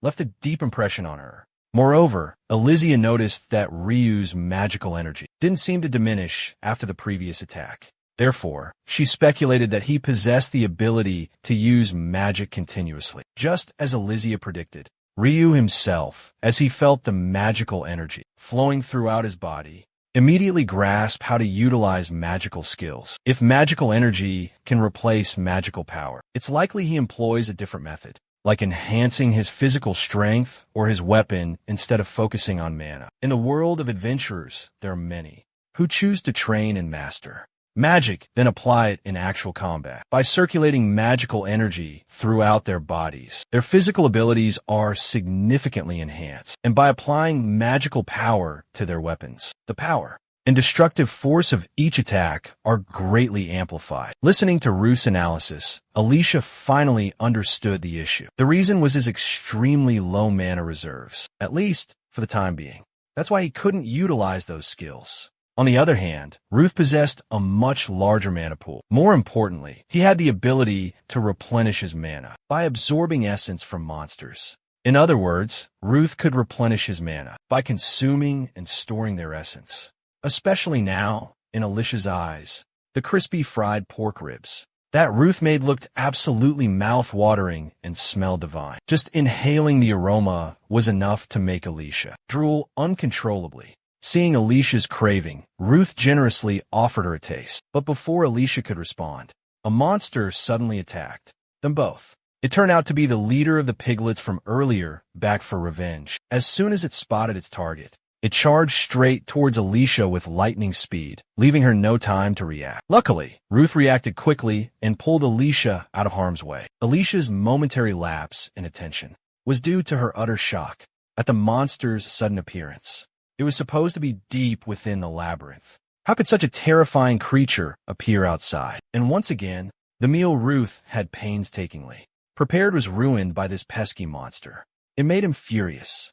But unlike last time, the young man didn't dare to recklessly charge in. This monster was too ferocious. Rushing in now would be suicide. This boss not only commanded fire magic, but also possessed the ability to maintain a special state, engulfing its entire body in a blazing inferno. Even its current stats and level were incredibly high. As soon as he grasped the basic information, Ruth immediately cast earth magic to counter his opponent. But unexpectedly, the monster also possessed the skill Golden Bell Shield, rendering his attack completely useless. It didn't inflict any damage at all. The monster quickly seized the opportunity and charged, slamming into him with a devastating blow. It nearly killed him. Immediately after, the monster charged towards Elysia, intending to finish her off. Fortunately, she summoned her spirit familiar just in time and launched a powerful counterattack. Although the attack was temporarily effective, Elysia realized that continuing to fight like this wasn't a long-term solution, because this monster wasn't using any special abilities like the other monsters she had faced before. It was solely focused on relentless direct attacks, with its sharp horns and terrifying brute strength. Furthermore, her earth and wind magic attacks couldn't control this ferocious beast. While Elysia was trying to figure out an effective countermeasure, the monster prepared to charge at her again. However, this time before it could attack, Rut suddenly rose up with a roar that startled the monster into immobility. It seemed that after being unconscious under the tree, the young man had regained some consciousness and began to seriously fight the monster. He started observing and analyzing the entire course of the battle. He was now absolutely certain that he couldn't utilize his special skills, such as super speed or enhanced strength, if he risked a prolonged war of attrition. The monster would likely turn its attention to Elysia. In this precarious situation, finishing off the monster with a single blow was practically impossible. Yet, Ruth decided to gamble his fate. Just as the monster was about to lunge, he remained perfectly still, unmoving as a mountain, and slowly raised his sword towards the sky, like a warrior preparing to face his enemy. the moment the flow of magic began to surge intensely within him. He instantly channeled magical energy into the sword gripped tightly in his hand. Ruth seized the perfect opportunity to unleash a fatal blow, slicing the colossal boss in half, clutching the hem of Ruth's cloak, annihilating the monster in the blink of an eye. Elysia witnessed the entire event with a look of utter astonishment, completely unexpected that he could succeed so spectacularly. Weapon enhancement on the very first try, without any prior practice whatsoever. Our young man, at this moment, maintained his composure and an aura of undeniable coolness until the sword shattered into pieces, unable to withstand the amplified power. Did he finally show a hint of regret? But nonetheless, a hard day's work had finally come to an end. On the 7th floor of the Mayama's labyrinth, the 3 thugs from earlier who stole Ruth's herbs were desperately fighting against monsters, and it seemed they had succeeded in taking down the boss of the rat monster pack there. However, while they were reveling in their victory, one of them was suddenly drawn to a mysterious whisper. He then separated from a group and entered a hidden passage nearby. Witnessing this, the other 2 quickly followed. They followed a narrow passageway along a stairway leading down. Finally, they reached a secret chamber and discovered an ancient treasure chest. Seeing no signs of a dangerous trap, the 3 boldly opened the chest and found a gleaming sword. The sword possessed an incredibly powerful aura. The moment he touched it, the dark-haired man exclaimed that he felt a surge of mystical magical energy flowing through his body. Hearing this, the heavy-set man beside him expressed doubt, wondering if it was a cursed treasure. But the other man immediately dismissed the idea as a joke. Moreover, he felt that they had all worked so hard up until now. Ruth's upper hand. So, this was likely a reward bestowed upon them by God. Hearing that, the dark-haired man, the fat man, still harboring some doubts, but lacking any concrete evidence, reluctantly agreed and tried to convince his 2 companions. Finally, all 3 men left in high spirits, completely unaware that they had inadvertently angered a truly terrifying force. Meanwhile, in the beautiful city of Barcelona, Ruth and Alicia were leisurely strolling through the bustling streets, searching for a new sword to replace the one shattered in yesterday's battle. Soon, Ruth led Alicia to a reputable antique weapon shop. When the shop owner saw the severe damage to the sword, he couldn't help but gasp in astonishment. He immediately turned to Ruth and asked, "What in the world happened to bring this sword to such a state? What could have possibly caused you to use it until it shattered like this?" Actually, this old man's name was Rem, a respected old friend who had helped Ruth out many times in the past. So Ruth trusted old Rem completely. He immediately recounted the entire incident to Rem, even though he personally scooped each bowl of monster blood for the old man. After grasping the entire situation, the old man finally understood the root cause of Ruth's rapidly increasing power, her recent remarkable progress. However, Alicia noticed that he didn't seem surprised by this revelation. Indeed, the old man remained calm, because for him, as long as it benefited Ruth, nothing else mattered. Furthermore, old Jen agreed to forge a magical sword, capable of withstanding immense magical power. Ruth just needed to be patient, while he carefully researched suitable materials. Actually, Ruth had anticipated this issue, and had prepared some crystals obtained from the monsters for the old man to examine. Seeing the high-grade crystals displayed on the table, the old man couldn't help but express his admiration. "Your skills have truly improved considerably." Praised like that, the young man couldn't help but feel thrilled. With this, the immediate problem of materials has been resolved. However, the old blacksmith still needed more time to forge the sword, so he suggested they return for now. He would inform them when it was finished and ready for pickup. In the meantime, he lent Ruth a temporary sword to use. Of course, on the condition that Ruth absolutely must not infuse mana into it and damage the sword. Otherwise, he would punish him severely at their next meeting. Afterwards, Ruth and Alicia went to a tavern for dinner, as usual.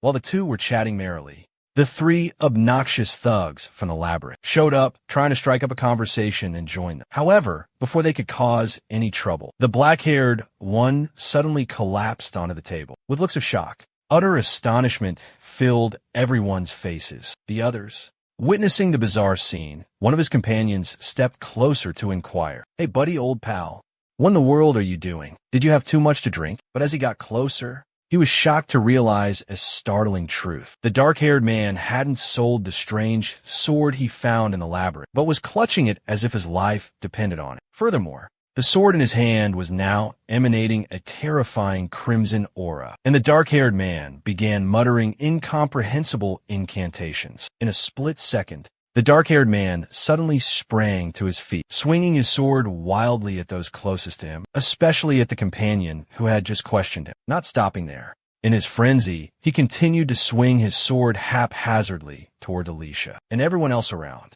Fortunately, Ruth reacted in time and blocked his deadly blow. Now, Rut was bewildered as well, completely baffled by what the hell was happening to the other man. The other patrons in the tavern, witnessing this insane behavior, immediately rushed in to restrain him. They tried to subdue him, but under the berserk influence of the sword, the man had completely lost his mind and become a frenzied beast. He summoned all his strength, thrashing wildly and slashing another person nearby, grievously wounding them. Seeing the situation spiraling out of control, Alicia boldly asked the tavern owner for permission to use magic. She instantly cast a spell, blasting the dark-haired man through the tavern wall, causing the entire building to shake. However, despite taking the full force of Alicia's powerful attack, the dark-haired man got back on his feet as if nothing had happened. Both of them were now astonished, thinking to themselves, this guy is incredibly resilient. He immediately charged towards Ruth like a wild beast, mouth twisted, drool dripping, looking like a madman. He loudly challenged Ruth, boasting he'd send him packing. Witnessing his opponent's arrogance, Ruth couldn't hold back any longer. He immediately charged, ready for a fight to the death. The moment their swords clashed, Ruth immediately noticed something unusual. His skill was mediocre, but his other stats were abnormally high. This forced Ruth to struggle to defend himself. In the midst of the fierce battle, Alicia suddenly yelled from behind, urging Ruth to dodge. She intended to use magic to deal with this mad dog, but something unexpected happened. All of Alicia's magic was absorbed by the dark-haired man's sword. It sucked away all the magical energy she released. Now Alicia understood why. Back at the tavern, he was completely unharmed by her attack. Finally, Alicia realized the true danger. The true danger lies in the mysterious sword he wields. He's merely a host, a puppet controlled by the sword. She immediately warns Ruth, telling him the sword is a cursed blade. Furthermore, it seems Alicia's previous magical attack has inadvertently fueled the sword with dark energy, causing the black-haired man's power to surge dramatically. His power levels are skyrocketing.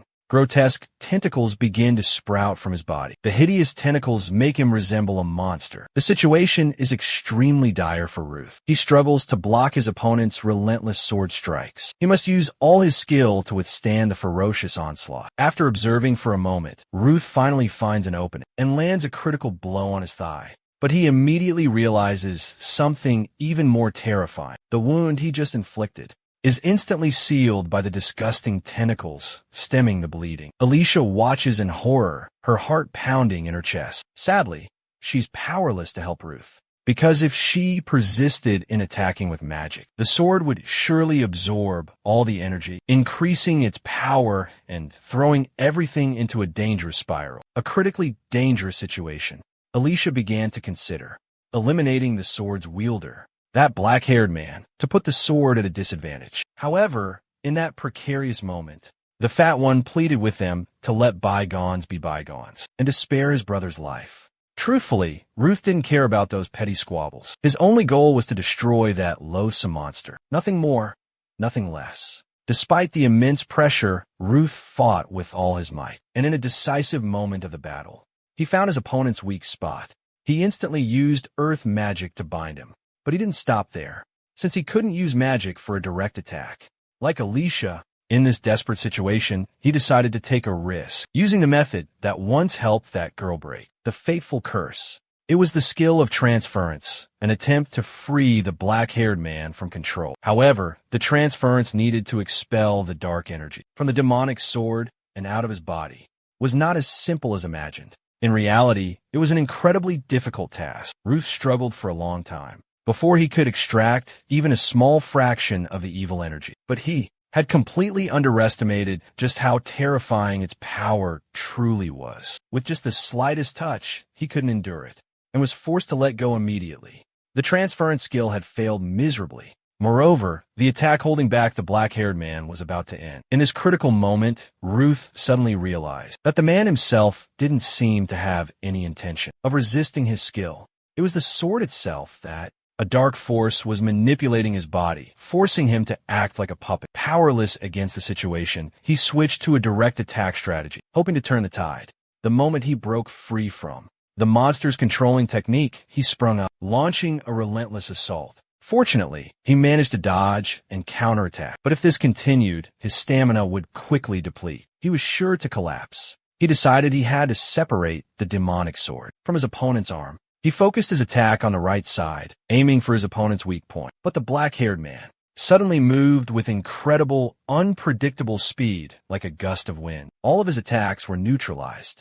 More worryingly, the demonic sword began to absorb magical power from him to increase its power. And then what he feared happened. The demonic sword had completely absorbed, unleashing a terrifying power and completely possessing the dark-haired man's body. He no longer retained any semblance of his human form, but had transformed into a monstrous and terrifying demon. Witnessing the horrifying scene unfold before him, Ruth nearly had his life extinguished by the demon's piercing attack. Fortunately, thanks to the protagonist's aura of protection, the young man narrowly escaped death's grasp. However, he still took a devastating blow to the face, just as the cruel demon's blade was about to pierce him and claim his life. Alicia jumped in at the last moment, saving him. She simultaneously unleashed an explosive magic spell, creating a safe distance between them. At this critical juncture, both of them realized a crucial truth. The demon standing before them was no longer an opponent they could easily underestimate. At that moment, Alicia issued a warning. Ruth was forced to change her tactics and fighting style because the enemy's vicious curse was spreading too quickly. The only way to stop the catastrophe was to destroy its source, his heart. This meant that Ruth would have to kill the black-haired man to end the existence of this terrifying demon. Despite her overwhelming compassion, Ruth finally gritted her teeth, making the heartbreaking decision to sacrifice the black-haired man. The injured comrade, after hearing Alicia's words, couldn't stay calm either. He rushed towards the fat man to confirm the horrifying truth. Immediately afterwards, both Alicia and Ruth relentlessly attacked the demon, determined to destroy it no matter the cost. While Alicia and the Spirit Zero focused their attack on the front, distracting the monster, Ruth moved behind it to launch a direct and fatal attack, and vice versa. In short, they'd adopted a well-coordinated tag team strategy, alternating their attacks. You have two heads, but we have two people, they thought to themselves. Let's see who's really the one to be feared. Moreover, they maintained constant offensive pressure, not giving the ferocious demon any chance to counterattack or recover. After a period of intense struggle, they finally pinpointed the exact location of the demon's heart. If they could just destroy it, victory would be certain. But of course, the demon wasn't going to let that happen so easily. Taking advantage of a moment when Alicia was distracted, it unleashed a vicious surprise attack. But without hesitation, both the large man and the injured man threw themselves in front of the demonic blade to save Alicia, using their bodies as shields to protect her. To everyone's astonishment, it didn't end there. The two men joined forces, personally finishing off the wicked demon. And with their own hands, they laid their friend to rest. Though filled with grief, they had done it. They had won. After a fierce battle, the two heroes finally destroyed the ferocious demon. But this victory came at a heavy price. It meant their close friend would not survive. Even more painful, the dark energy from the demon had already begun to corrupt and destroy the unfortunate victim's body. Witnessing this tragic scene, the two warriors couldn't hold back their emotions. Tears streamed down their faces. The deadly game was over. Though the person was gone, the cursed sword remained, harboring an immeasurable threat. Ro was forced to deal with the sword himself to prevent any potential disasters. However, the moment he touched it, a terrifying wave of murderous intent erupted. It was as if the murderous aura was trying to drag him into the realm of death, sending him to his grave. If an ordinary person had witnessed this scene, they would have been scared out of their wits. But unfortunately for the demonic sword, it encountered a courageous and resilient young man like Rut, who had faced dozens of terrifying monsters in the dark dungeons. Yet, he remained calm and unfazed. If this succeeds, this scrap metal won't be worth a dime. After everything had calmed down, the new branch chief hurried to the scene and immediately summoned everyone directly involved in the recent incident to record their statements.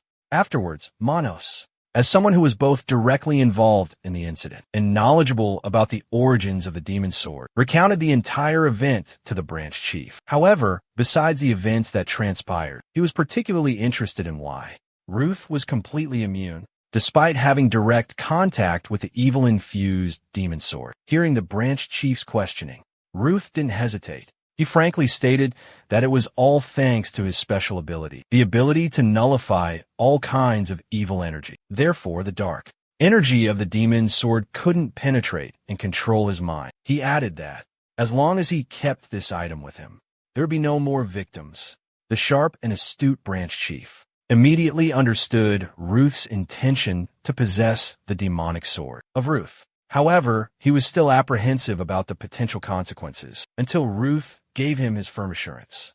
Furthermore, the branch chief announced another critical piece of news to everyone: the number of monsters emerging from the labyrinth and wreaking havoc throughout the surrounding areas had been increasing at an alarming rate. Recently, it had been discovered that the majority of these monsters originated from the Abelio labyrinth, which had just recently been excavated.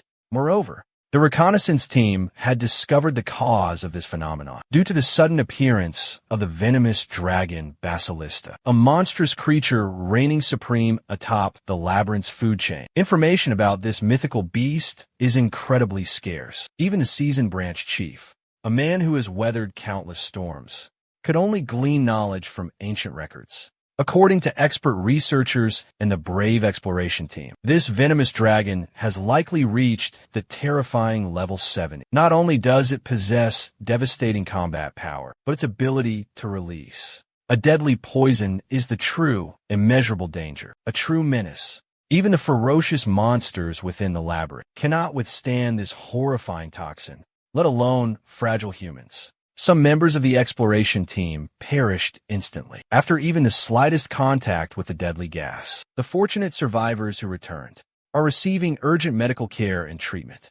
The branch chief assesses, if this critical situation continues, not only will ferocious monsters be unleashed, but even human lives will be put in grave danger. In the worst-case scenario, deadly poisonous gas will leak from the labyrinth, causing a catastrophic disaster for the entire surrounding region. That is the reason he sought out Ruth today, a skilled adventurer possessing extraordinary neutralization and poison resistance abilities. Upon hearing the whole story, Ruth immediately realized the heavy responsibility he bore. In this crisis, the young man agreed to help.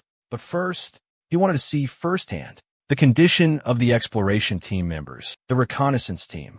Afterward, the branch chief led him and Alicia to the infirmary. After carefully examining the condition of the poisoned individuals, Ruth gradually used his special swapping ability to transfer the poison into his own body. Then, he quickly neutralized all the toxins. In the blink of an eye, the poisoned young man was completely cured and no longer felt any pain.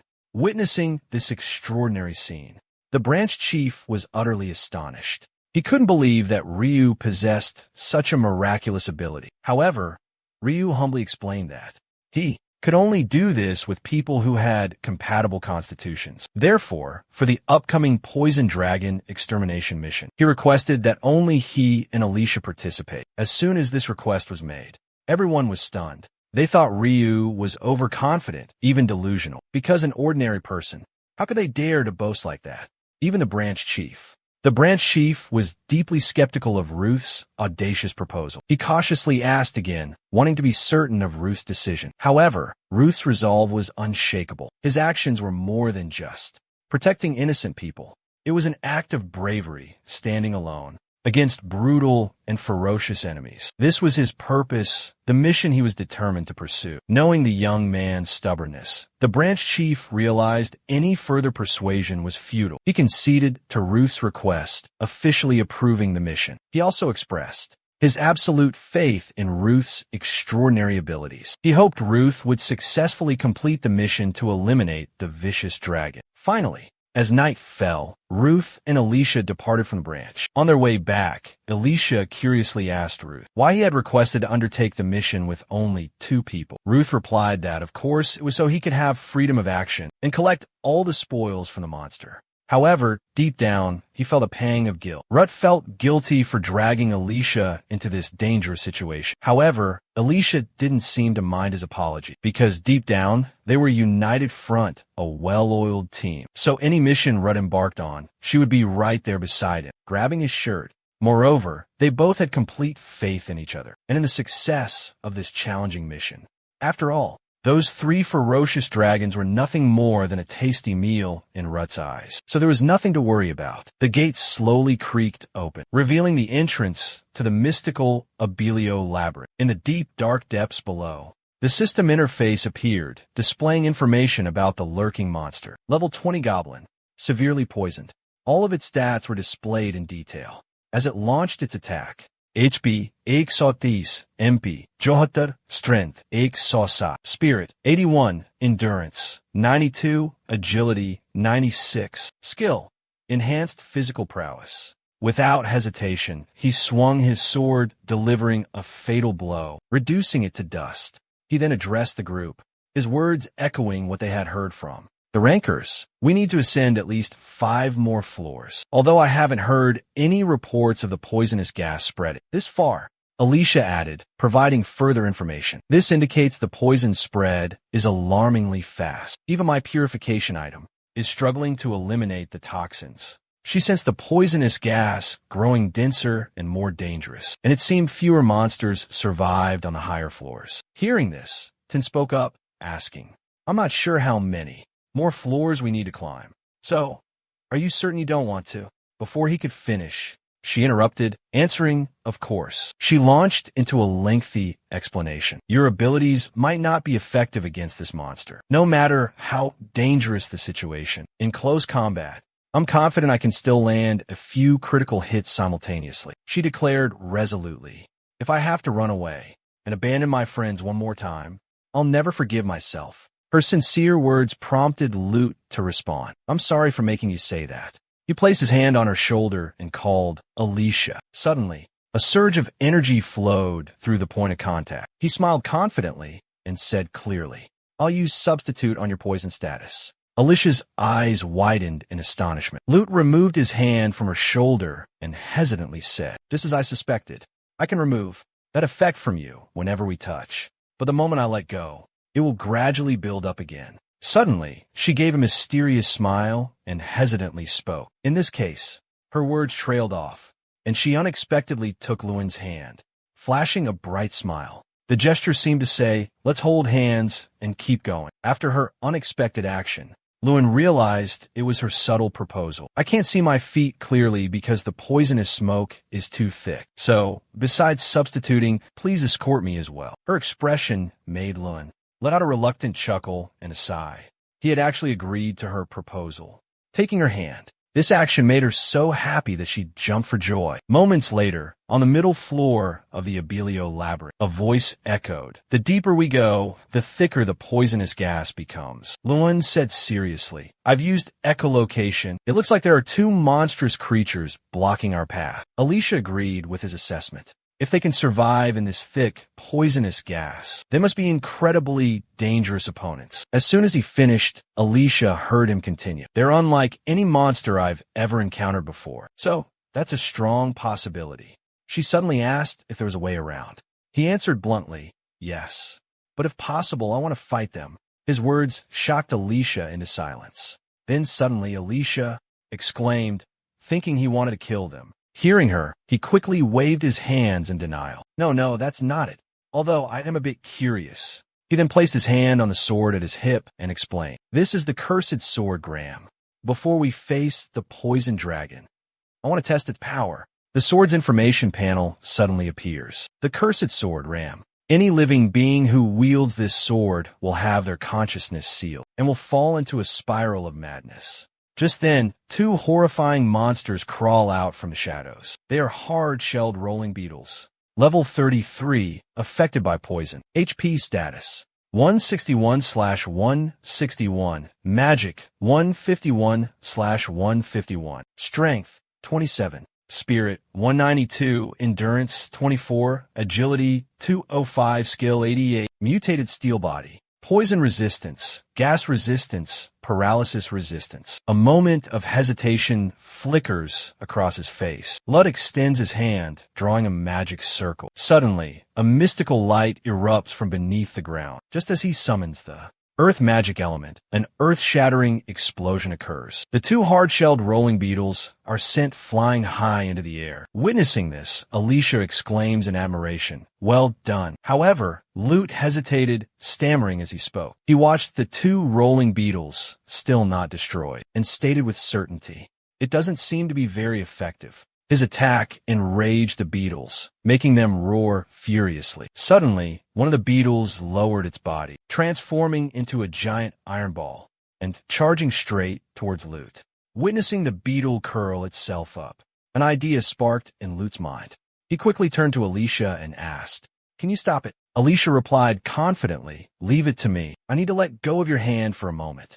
And as soon as she released Lute's hand, she loudly summoned the pixie Noemi. She pushed Noemi forward and commanded, "Catch it." As soon as she finished speaking, something suddenly shot out in front of her. It was a giant earthen hand, spreading wide. "Prepare yourselves for the arrival of the rolling, hard-shell beetle monster." Just as it charges, a hand quickly intercepts, blocking the monster's advance. However, the monster's power is overwhelming. Alicia can't hold on much longer. "I'm sorry. It seems I can't hold it back any longer." Seizing the golden opportunity, Lute steps forward and says, "I understand. Let me try my hand at it." He instantly draws his sword, Graham, from its sheath. The eye on the sword suddenly opens, radiating a brilliant light. Lute silently prays, "Please don't break on me." With those words, he opens his eyes wide, his gaze sharp. With incredible speed, he swings his sword, slicing through the stone hand and piercing straight into the rolling hard-shell beetle inside. Suffering a critical blow from Lute, the monster collapses to the ground. Lute quickly realizes his cut wasn't deep enough. Too shallow. It only further enrages the rolling hard-shell beetle. Lute remains calm and thinks, "If this power isn't enough, perhaps I have to take a bigger risk."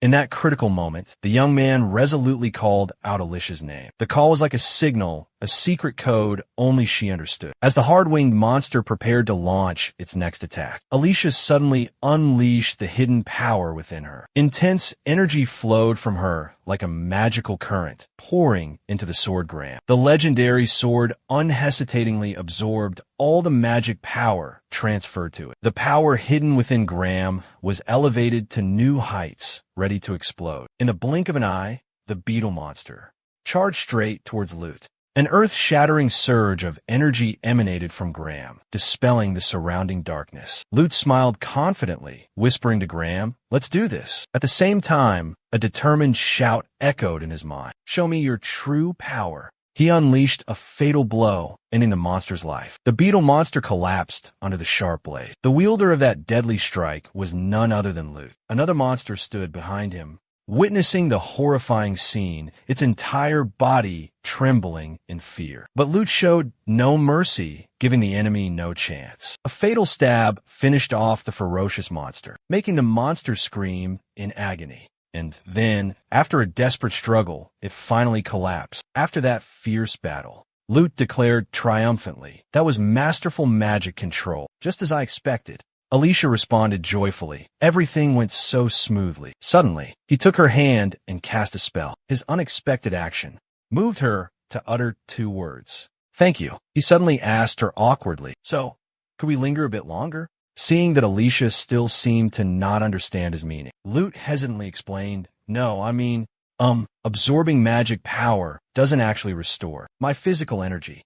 And hearing him say this, she immediately understood the problem and replied, "So you still have to eat them?" Seeing that she finally understood his suffering, he said embarrassedly, "Well, look, I'll carve it into pieces and take them with me." Moments later, he held chunks of meat from the two slain monsters, cooked to a golden brown with fire magic. Chewing on the savory meat, he casually remarked, the flavor is quite unique." Just then, Alicia suddenly spoke up. "How does it feel using that cursed sword?"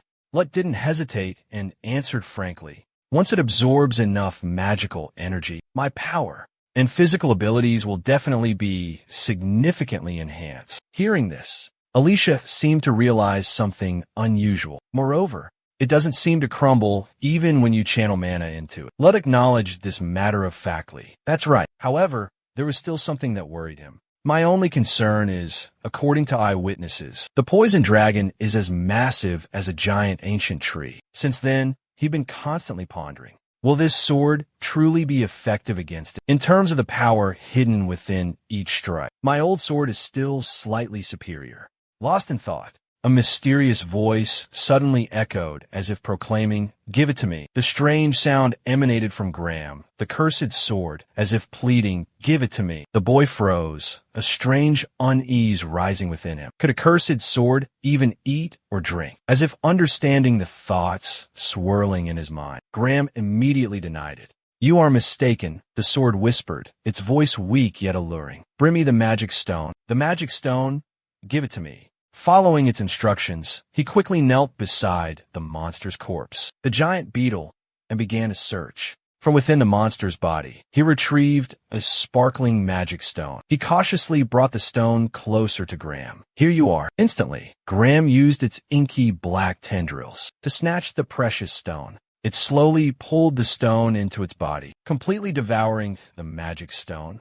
And then, a blinding light and a strange energy suddenly erupted. This made Lute burst out laughing in delight. Gazing at the completely transformed sword in his hand, he exclaimed in astonishment, "It's a great sword." Immediately, Alicia curiously asked, "How did you know?" Lute honestly replied, "It spoke directly into my mind." He looked at Graham and silently wondered, will it be angry that I said it was weaker than other swords? He pondered, but couldn't find an answer. Lute decided to put that aside. "Anyway," he said, "I now know how to use this cursed sword." Hearing that, Alicia quickly reported the situation. "Okay, then the lower floor is where the poison dragon was last seen."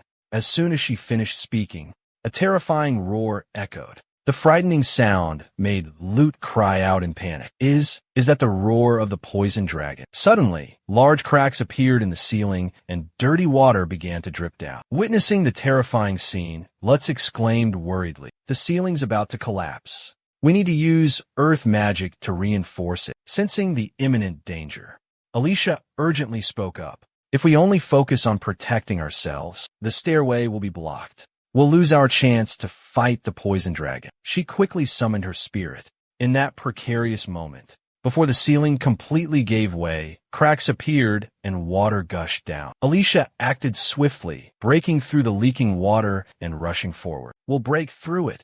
Large rocks fell like a torrential downpour. Alicia bravely took the lead, pulling Lutz with her. Her eyes shone with unwavering determination. Lutz gritted his teeth, struggling to keep up with Alicia's pace. After running for a while, they saw a door appear before them. Luck was on their side as they managed to dive through the door before being engulfed by the rubble. They both landed safely, breathing sighs of relief after their narrow escape. Lute offered a sincere, grateful smile to Alicia. "Thank you so much. I thought I wasn't going to make it." Alicia humbly replied, "It was just a little bit of magic." They continued their journey, walking hand in hand. A moment later, Lute suddenly exclaimed in astonishment, "This floor is incredibly gloomy." To avoid any hidden dangers lurking in the darkness, he quickly suggested, "I can use my thermal scan skill. Let's move slowly and search for any signs of enemies." The moment he activated thermal scan, he detected something unusual.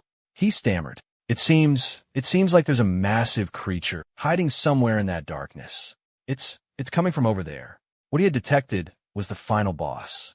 It was the poison dragon Basilista. The dragon's information panel immediately appeared. Basilisk Poison Dragon, Level 7, Combat Status, Engaged. HP, 524, Magic, 377, Strength, 445, Spirit, 365, Endurance, 422, Agility, 201. Passive Skills, Intimidation, Poison Immunity, Toxic Immunity, Venomous Fangs, Venomous Claws, Night Vision, Paralysis Resistance, Fire Resistance, Lightning Resistance, Earth Resistance, Dragon Scales, Poison Sting, Poison Wave, Affinity with Earth Magic, Affinity with Dark Magic, dark resistance, petrification resistance, corrosion resistance. This detailed data made Lutz gasp. Level 7. Its speed isn't overly high, but its HP exceeds 500.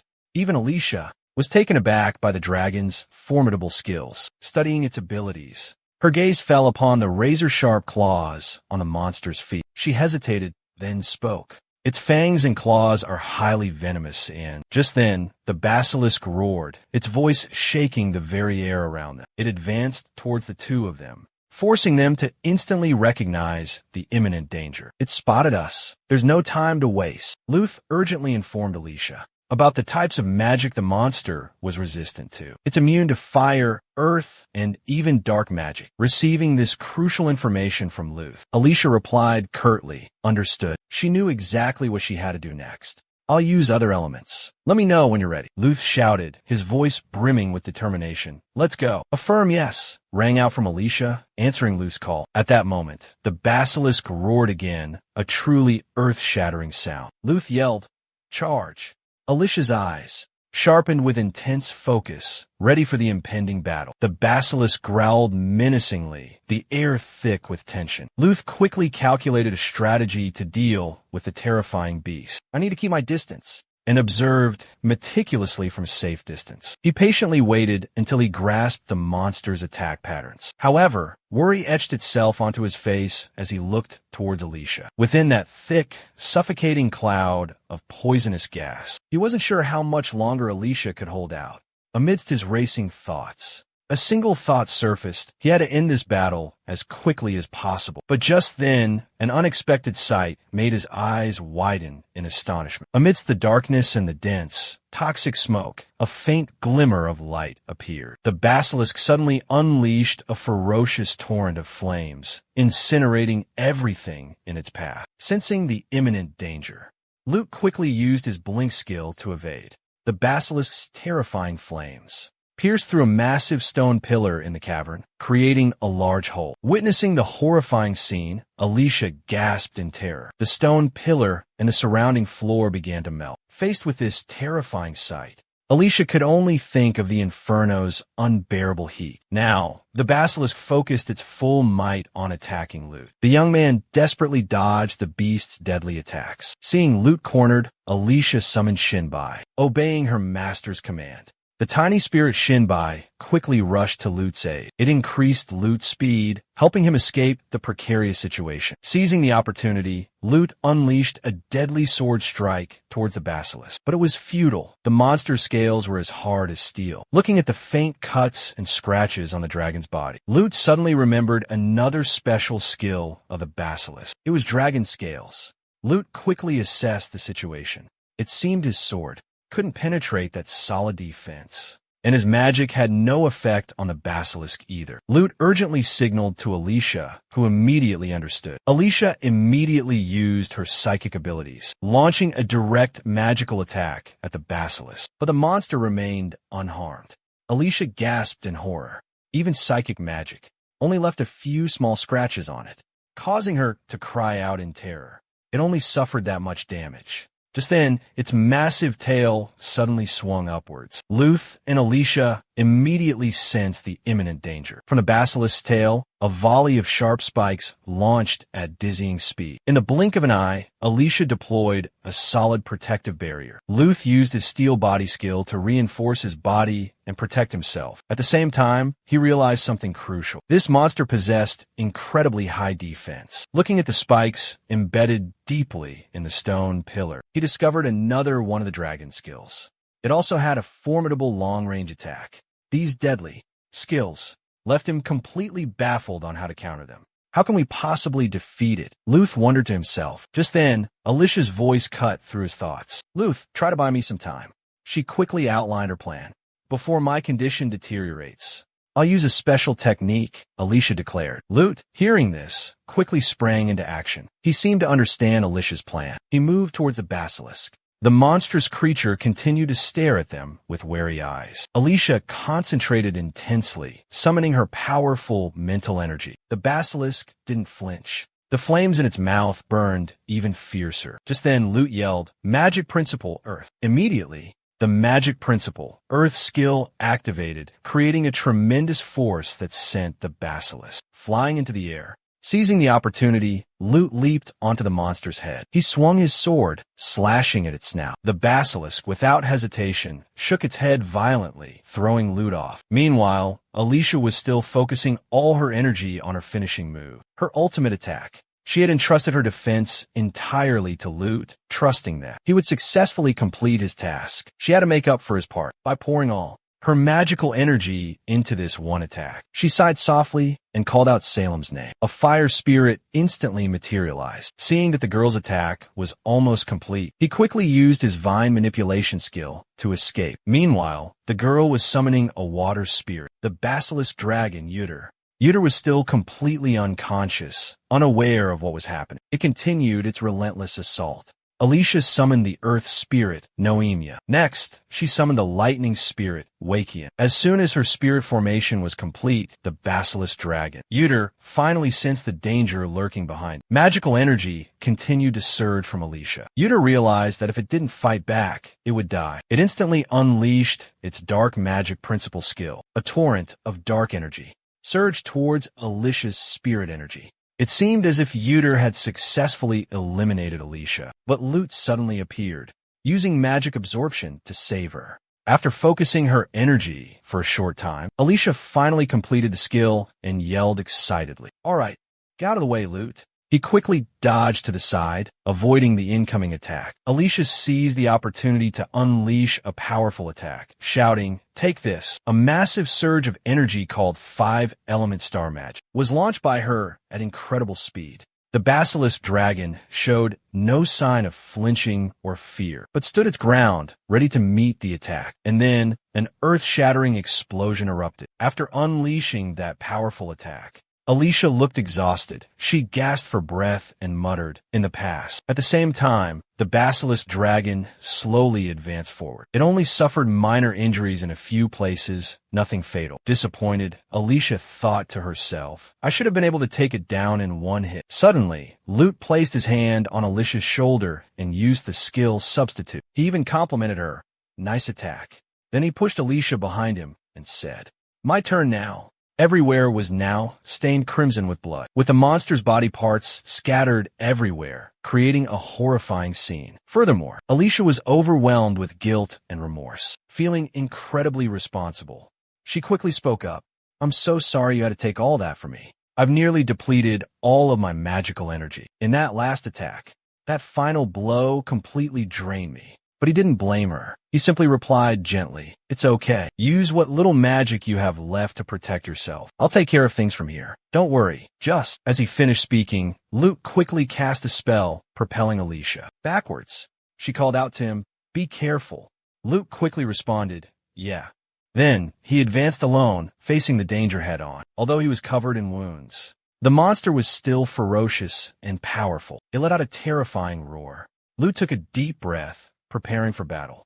Continuing his relentless assault, Lute unleashed his powerful skill, Bellowing Roar, releasing a mighty roar like an enraged bull. This thunderous roar stunned the monster, leaving it momentarily frozen in shock, confused and disoriented. Lute then pointed his sharp sword towards the monster and charged forward with blinding speed, like lightning tearing through the night. However, the monster managed to narrowly dodge Lute's deadly blow. Undeterred, Lute pressed his attack relentlessly, giving his opponent no chance to counterattack. Amidst the fierce battle, a thought suddenly crossed Lute's mind. The dark magic I absorbed seems to have granted me an immense supply of mana. After a brief moment of reflection, Lute gritted his teeth, his eyes fixed on the monster with a cold intensity. In a flash, Lute unleashed all his power in a devastating all-out attack, thinking to himself, "My power is surging." Just then, Lute noticed the monster's scales beginning to fall off. Lute exclaimed with joy, "Its scales are falling off. It's weakening. I can cut through them much easier now. With a roar, he unleashed a flurry of sword strikes upon the monster. Each blow carried immense destructive power. However, Lute began to notice something unusual. His sword seemed to be losing its effectiveness. The magical energy that Graham had absorbed was dissipating. Moments later, the monster glared at Lute with fiery rage. It suddenly unleashed a poison wave attack. Lute was both surprised and confused. He quickly recognized the monster's attack as Poison Wave. Though immune to the poison itself, he could still be knocked back by its powerful concussive force. Knowing he couldn't dodge, Lute instantly used Blink Step. Lute activated the skill, Blink Step, closing the distance to the monster. He then launched a series of attacks at its sharp claws. But the monster activated Steel Body, rendering all of Lute's attacks useless. He persisted relentlessly. After a moment of frustration, Lute roared in anger. Finally, he figured it out. The distance I can travel in the blink of an eye. He drifted into thought, silently pondering the power of dragons. Truly extraordinary. Just then, Alicia returned to find Lute. However, his mind was still lost in deep thought. In his daze, Lute suddenly muttered, "This reminds me of the last time, when I was close to death." The memory of the battle with the giant buffalo came flooding back. In that fierce struggle, they both fell into a deep, dark abyss. At this point in his recollection, he suddenly snapped back to reality. Immediately, Lute slammed his hand down on the ground, creating a large crack, and thought to himself, "But look!" With those words, he unleashed his earth magic. Lute roared with a resounding voice. "There's a huge difference between the me now and the me back then," he said, then charged towards the monsters. Lute descended from above like a whirlwind. Seeing its opponent, the monster immediately unleashed a fierce torrent of flames towards Lute. In a flash, Lute cast a spell, erecting a magical shield to block the approaching inferno. He thought to himself, "It's about to use Hell's Breath. I can dodge it using Control Thread, but..." With that thought, Lute skillfully utilized Control Thread to maneuver nimbly. Suddenly, an idea sparked in his mind. If I keep dodging like this, only defending without attacking, I'll eventually exhaust myself and lose. A war of attrition is a disadvantage in this situation. I'll use it as a springboard. To counterattack, Lute charged forward with terrifying speed. The monster continued to spew flames relentlessly. The flames swirled, forming a gigantic fireball. Lute swung his sword back, vines wrapping around its blade. In the next instant, he slashed at the fireball, attempting to cleave it in two, but a sense of unease stirred within him. Lute thought, "Even though I'm powerless against this extreme heat, I can absorb the magic within its scorching breath. If my fire resistance is strong enough to withstand it, I can empower my weapon with my own magic. Infuse it with the energy Graham has accumulated. Then unleash it all at once. Then I can unleash all that power at once." Although Lute successfully slashed the fireball, the monster continued to spew intense flames at him. The resulting inferno gradually engulfed Lute. Realizing he could no longer resist, he closed his eyes, accepting his fate.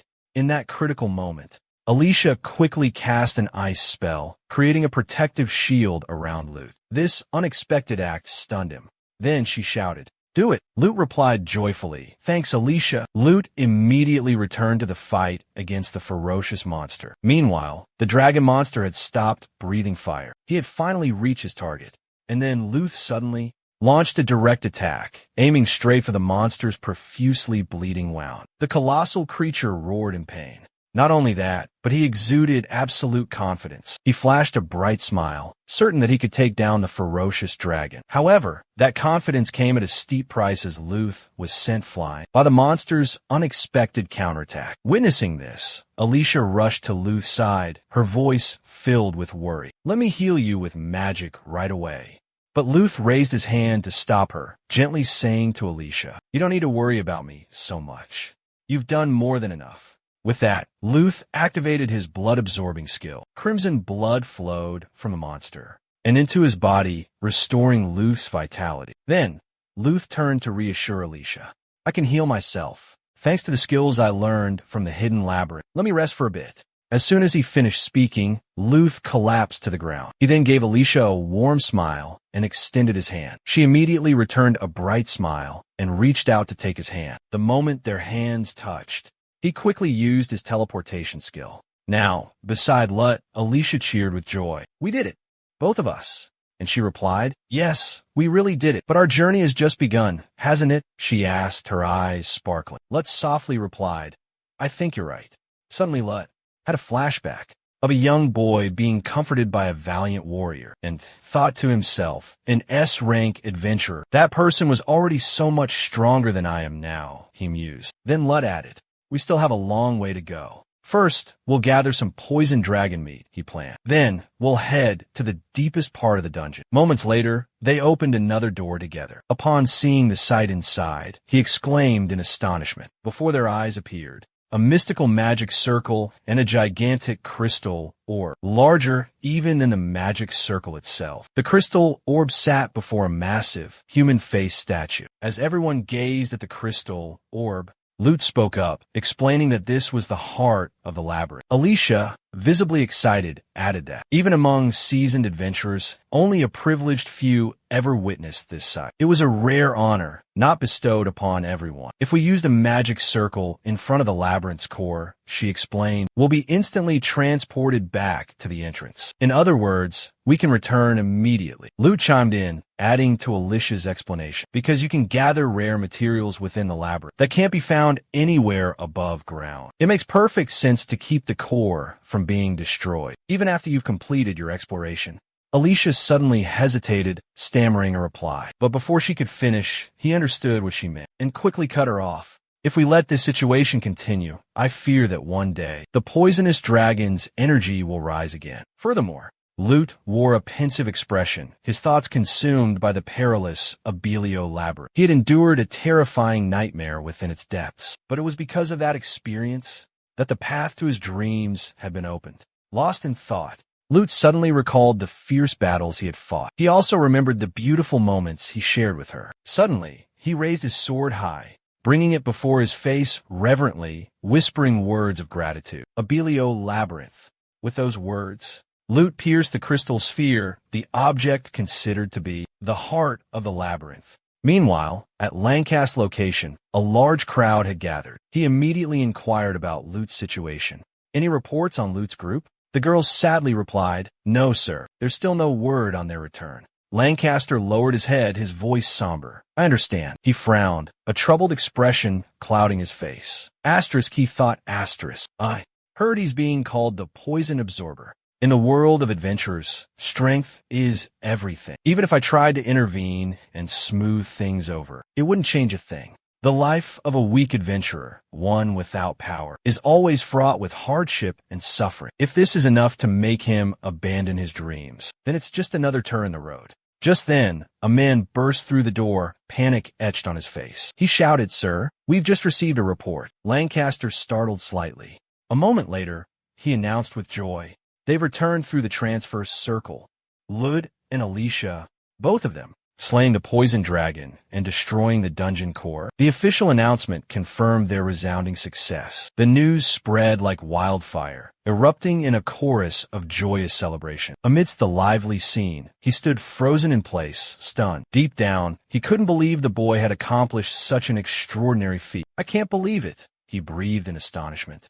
He had never imagined that, out of everyone, this young boy would be the hero to save the city. Moments later, Lancaster made an enthusiastic proposal. "Let us welcome back our heroes, celebrate their incredible adventures and extraordinary power, and together forge a brighter future." As soon as they stepped out the door, Lut and Alicia appeared before everyone. They both beamed, delighted by the crowd's warm welcome. In Gola, a city neighboring Barcelona, after reading a shocking news article, the Lord of Gola flew into a furious rage. "Those damned Barcelonians," he roared. "Just because they control so many labyrinths, they think conquering a new one is child's play. But now, our plans to seize the new labyrinth will have to change. Completely destroyed." He finished speaking and threw the newspaper in his hand to the ground. However, the Gola Guild leader cheerfully replied, "Isn't that even better, Lord? Bologna can't refute the legitimacy of Gola's claim to the newly discovered labyrinth. That's why they decided to destroy it, rather than hand it over to us. If we look at it this way, we can argue with Bologna and demand compensation for the potential profits we could have made from the new labyrinth." After listening to his analysis, the Lord of Gola's expression changed. He pondered thoughtfully and said, That would certainly be more economically beneficial than challenging the labyrinth and risking the lives of our adventurers. However, if we do that, if that were to happen, I'm afraid Bologna's Adventurers Guild won't just stand idly by. He immediately replied, precisely what we desire. Let that old man and his companions see clearly who is truly stronger, AI or humans. Night quickly fell. In a dense forest nearby, Shin Fight, feeling bored, invited a small bird perched on a branch to come down and play with him. A moment later, while the two were happily playing, Lute and Alicia were grilling meat nearby. The dish they were preparing was poison dragon steak, a grilled meat of indeterminate level. Status rare. A moment later, Alicia exclaimed to Lute, "It smells amazing." Lute replied cheerfully, "This meat has been carefully stored in my magic bag for a long time. Finally, I can enjoy it without any further hesitation." After a period of waiting, the dish was finally cooked, and he's savoring the meat with an expression of pure bliss. Chewing voraciously, he keeps murmuring about how delicious it is. So this is the taste of dragon meat. It's incomparable to any other meat I've ever eaten. They all pale in comparison. The rich, sweet flavor explodes in my mouth. The succulent fat melts on my tongue, perfectly complementing the savory taste of the lean meat. Suddenly, Alicia abruptly stands up and declares, "I've decided." Alicia's sudden action startles Lute. A moment later, she continues, "Tonight, we're going out for premium steak." Lute, flustered, replies, But we're eating steak right now." Alicia suddenly bursts out in anger. "You're so unfair. You're so mean. We need to quickly gather information on the 10 best restaurants around here. Come on, eat up quickly."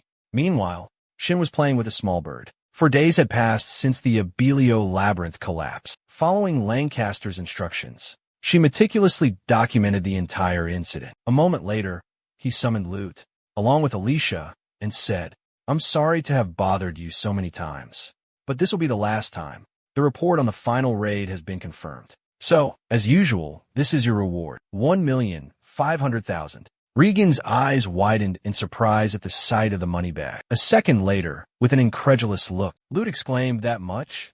Lancaster calmly replied, "The minimum requirement to enter the Abelio labyrinth is level 70, so this amount is entirely commensurate with your efforts." After receiving the money bag, he eagerly opened it, a surge of happiness washing over him as he saw what was inside. Just then, Lut feigned surprise as he quietly said, "By the way, you two successfully conquered that labyrinth on your own. I can't keep you at rank D forever, so I'll promote you as well." His words left the boy speechless. Lancaster extended his hand towards Lut. Meanwhile, Lancaster's men continued to explain. Some questioned his sudden decision. On their way back, Lut confided in Alicia, "Even though I just got promoted to rank D, my status hasn't been updated yet." He finished speaking and quickly opened his system to check his status. His information appeared clearly. Name, Lut, race, human, condition, normal, rank D. After reviewing it, he excitedly told her, "I reached this level in the blink of an eye." Alicia replied, "Even if he's fighting monsters way above his current level, this leveling speed is still absurd." Furthermore, deep down, Alicia was thinking that, typically, when an AI reaches level 40, their power progression significantly slows down. Besides that, Alicia was also incredibly perplexed when Lute looked at her and flashed a bright smile. Immediately after, he suddenly said to Alicia, "I've finally surpassed your level." This statement made Alicia feel incredibly frustrated. Not long after, wanting to verify the truth in Lute's words, Alicia opened her status screen to check, and she discovered that Lute had reached level 52, while she herself was only at level 45. Completely taken aback, she dejectedly replied, "This isn't fun at all." Meanwhile, Lute felt that something was wrong and exclaimed, "Something strange. Even though I'm a higher level than you, when it comes to actual combat ability, you surpass me, don't you think?" Alicia suddenly spoke up with enthusiasm. "Exactly, that's right," she replied excitedly. "Level is just one measure of strength. Ultimately, true combat ability is determined by honed skills and real-world experience." As they talked, they walked towards the door. However, just at that moment, a group of people suddenly appeared, blocking their path. Furthermore, the leader was none other than Lord Gola. As soon as he saw them, he let out a loud laugh. Well, what a coincidence. "You there, young man, come here. Aren't you the one who subdued the legendary 10 miasma? And then Lut glared at Lord Gola with annoyance.